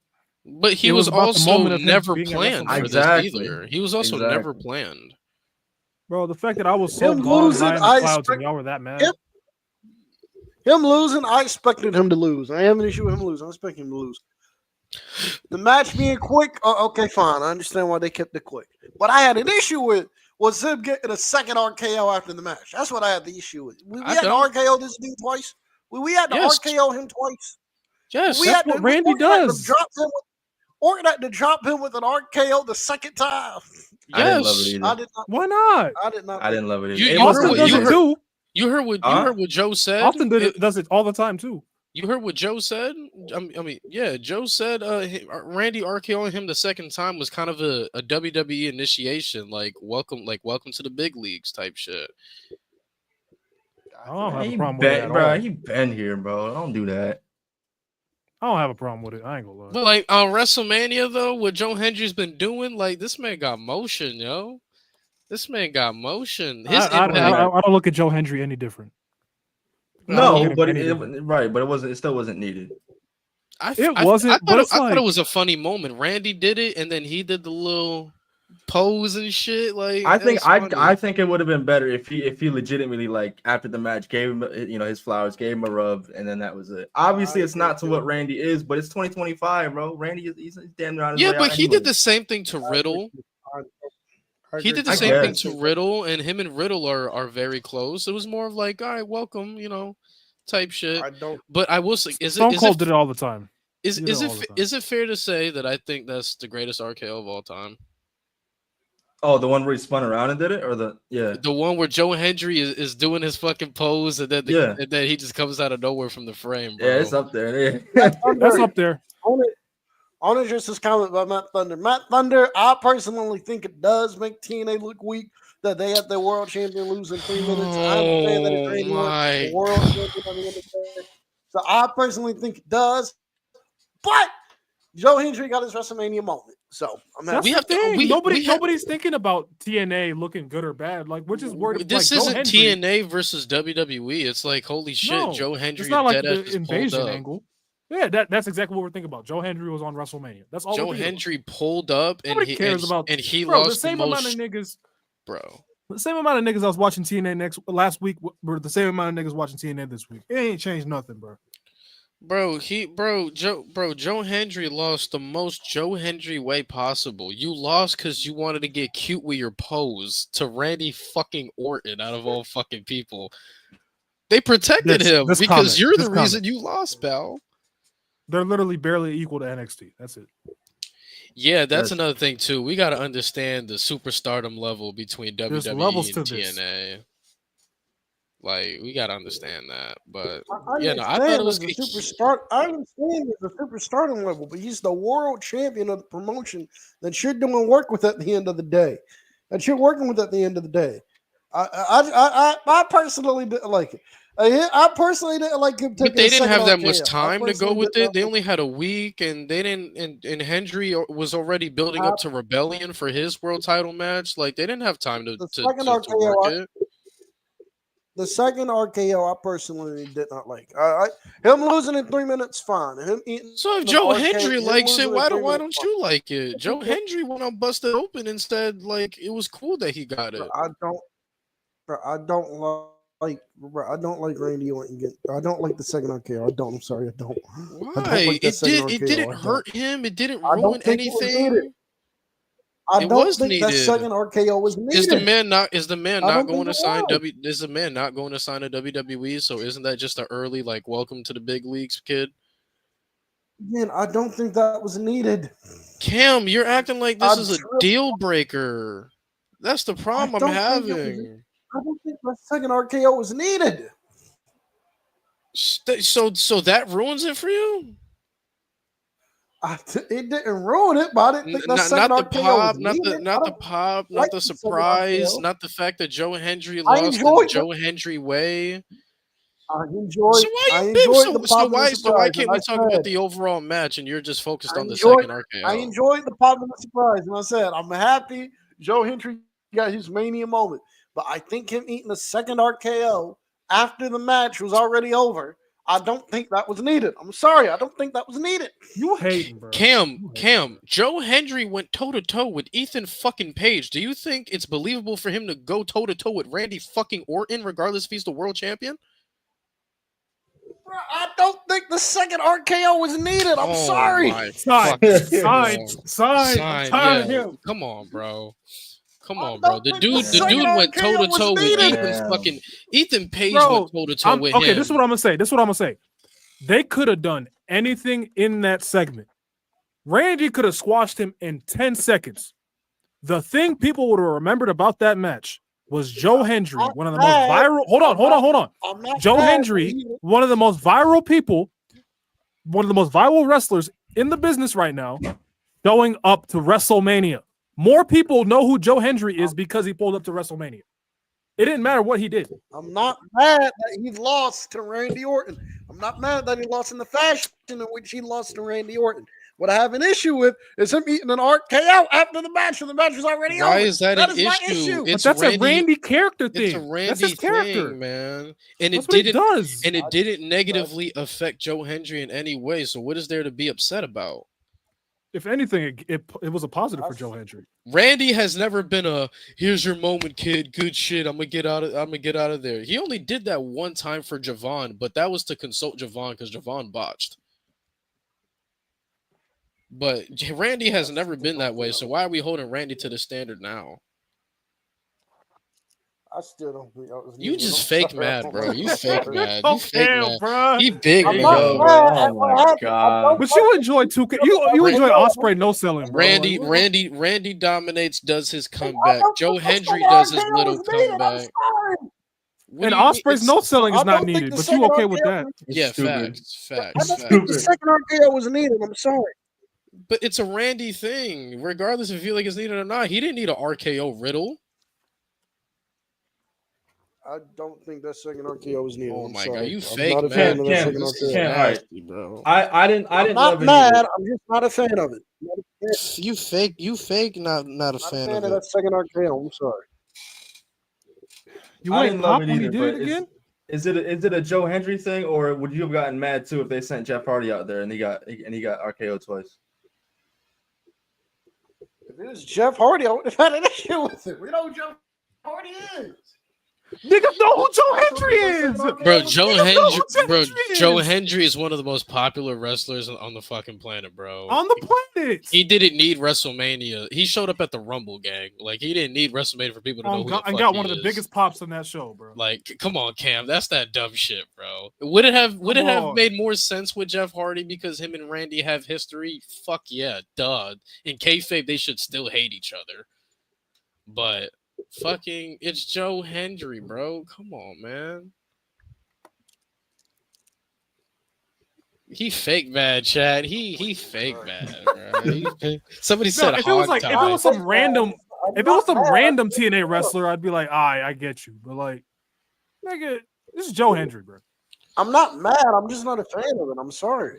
You didn't think, but if Joe Hendry is a fan of it, why are you If it was mad? Ospreay, I would have been mad if it wasn't. If Joe Hendry, I always say if the talent's cool with it, I'm cool with it. So if he was cool with it, then whatever. Joe Hendry just basically said it was a rub from Randy Orton, like welcome to WWE, gang. Because everybody knows Hendry's gonna make the jump once his contract is up. It's not a fucking surprise. And to be fair, if they wanted to, I don't know if they would. If they wanted to, they already got a story written there. Like immediately, like, come on, man. I thought everything was fine. Plus, I laughed when Randy RKO'd him. I laughed. I'm sure Joe Hendry was on the mat laughing himself. I mean, Hell yeah. And after Randy gave him a pat, like, good shit, bro. This is just me. Also, with the Joe Hendry thing, I do find it weird how Jordan Grace, they put her in the Rumble. I think she was the Knockouts champion at that time. And she was given a lot, but she was given a lot by a lot of people, even though we kind of knew she was already going to WWE. I find it weird how the TNA Knockouts champion and Jordan Grace was given a lot, but the TNA World Champion really wasn't. But that's just I'll give you that. Give you that. In the Rumble, I didn't really like his performance that much. I don't. But I don't like how Jordan. I find it wrong how the TNA Knockout, because I think she was a Knockouts champion when she was in the Rumble last year. Jordynne Grace. I don't like how she was because they put Jordynne in the Rumble and instead of just dumping her out like two entrants later, she went like 20 minutes and she was in there with. Well, here's the she thing. was in Jordan, there going they toe-to-toe already had with plans for Naomi, Jordan because they with knew Naomi, Jordan with was Jay going to take Cargill. the jump. They knew Right, Jordan right. was going to make the jump, so that's why they gave Jordan more time. Joe Hendry still has a ways to go in his contract. It's pretty sure he's still got like another year. But Damn. chat, this isn't a agree to disagree shit. What I'm pointing out is sometimes some of y'all just get too caught up on critiquing things instead of just having fun. That match was just to have fun. The second RKO was just to have thought it fun. was fun. I thought it was fun. fun. I enjoyed it. I just didn't like But that's him eating just you another turning RKO. on your Mark goggles. Like, actually, I'm this sorry. I this didn't like I had him a eating a problem second with. RKO. Bro, I'm sorry. I didn't like him eating a second RKO. I didn't. It was fun. I don't like him. I didn't though. like him eating a second RKO. It was fun. But my I'm thing sorry. is, if he's okay with it, why are you not okay with it? I'm sorry. I'm not a fan of the fact that Jordynne Grace is given more respect as a TNA Knockouts champion than Joe Hendry was. Well, as the she was TNA already World gonna make the Champion. I'm jump not a like fan of 2 that. months later, so it's fine. Well, I feel like in terms of Jordynne Grace, she has more people Again, to win over. I'm sorry. I'm not a fan as of opposed them. to Joe Hendry does. I agree. Like, bro, come on, man. Like, What the? Yo, chat just threw me off. All right. yeah. All right, chat. That's episode. That's Oh my episode 75. God, Jesus Christ. What is wrong with you people? But hey, man, at the end of the day, WrestleMania weekend ended on a good note. Oh yeah, Stand and Deliver. Stand and Deliver was awesome. Brick Williams hits again, buddy. Brick Williams hits again. That match was carried There by you go. Javon and Oba, bro. Oh God, bro. I didn't hate his performance. Bro, Trick did one backflip, and that was the only thing that wowed me from him. And the trick shot from Oba's back to Javon was cool. But other than that, Brick Williams struck again. Shout out Sol Ruka too.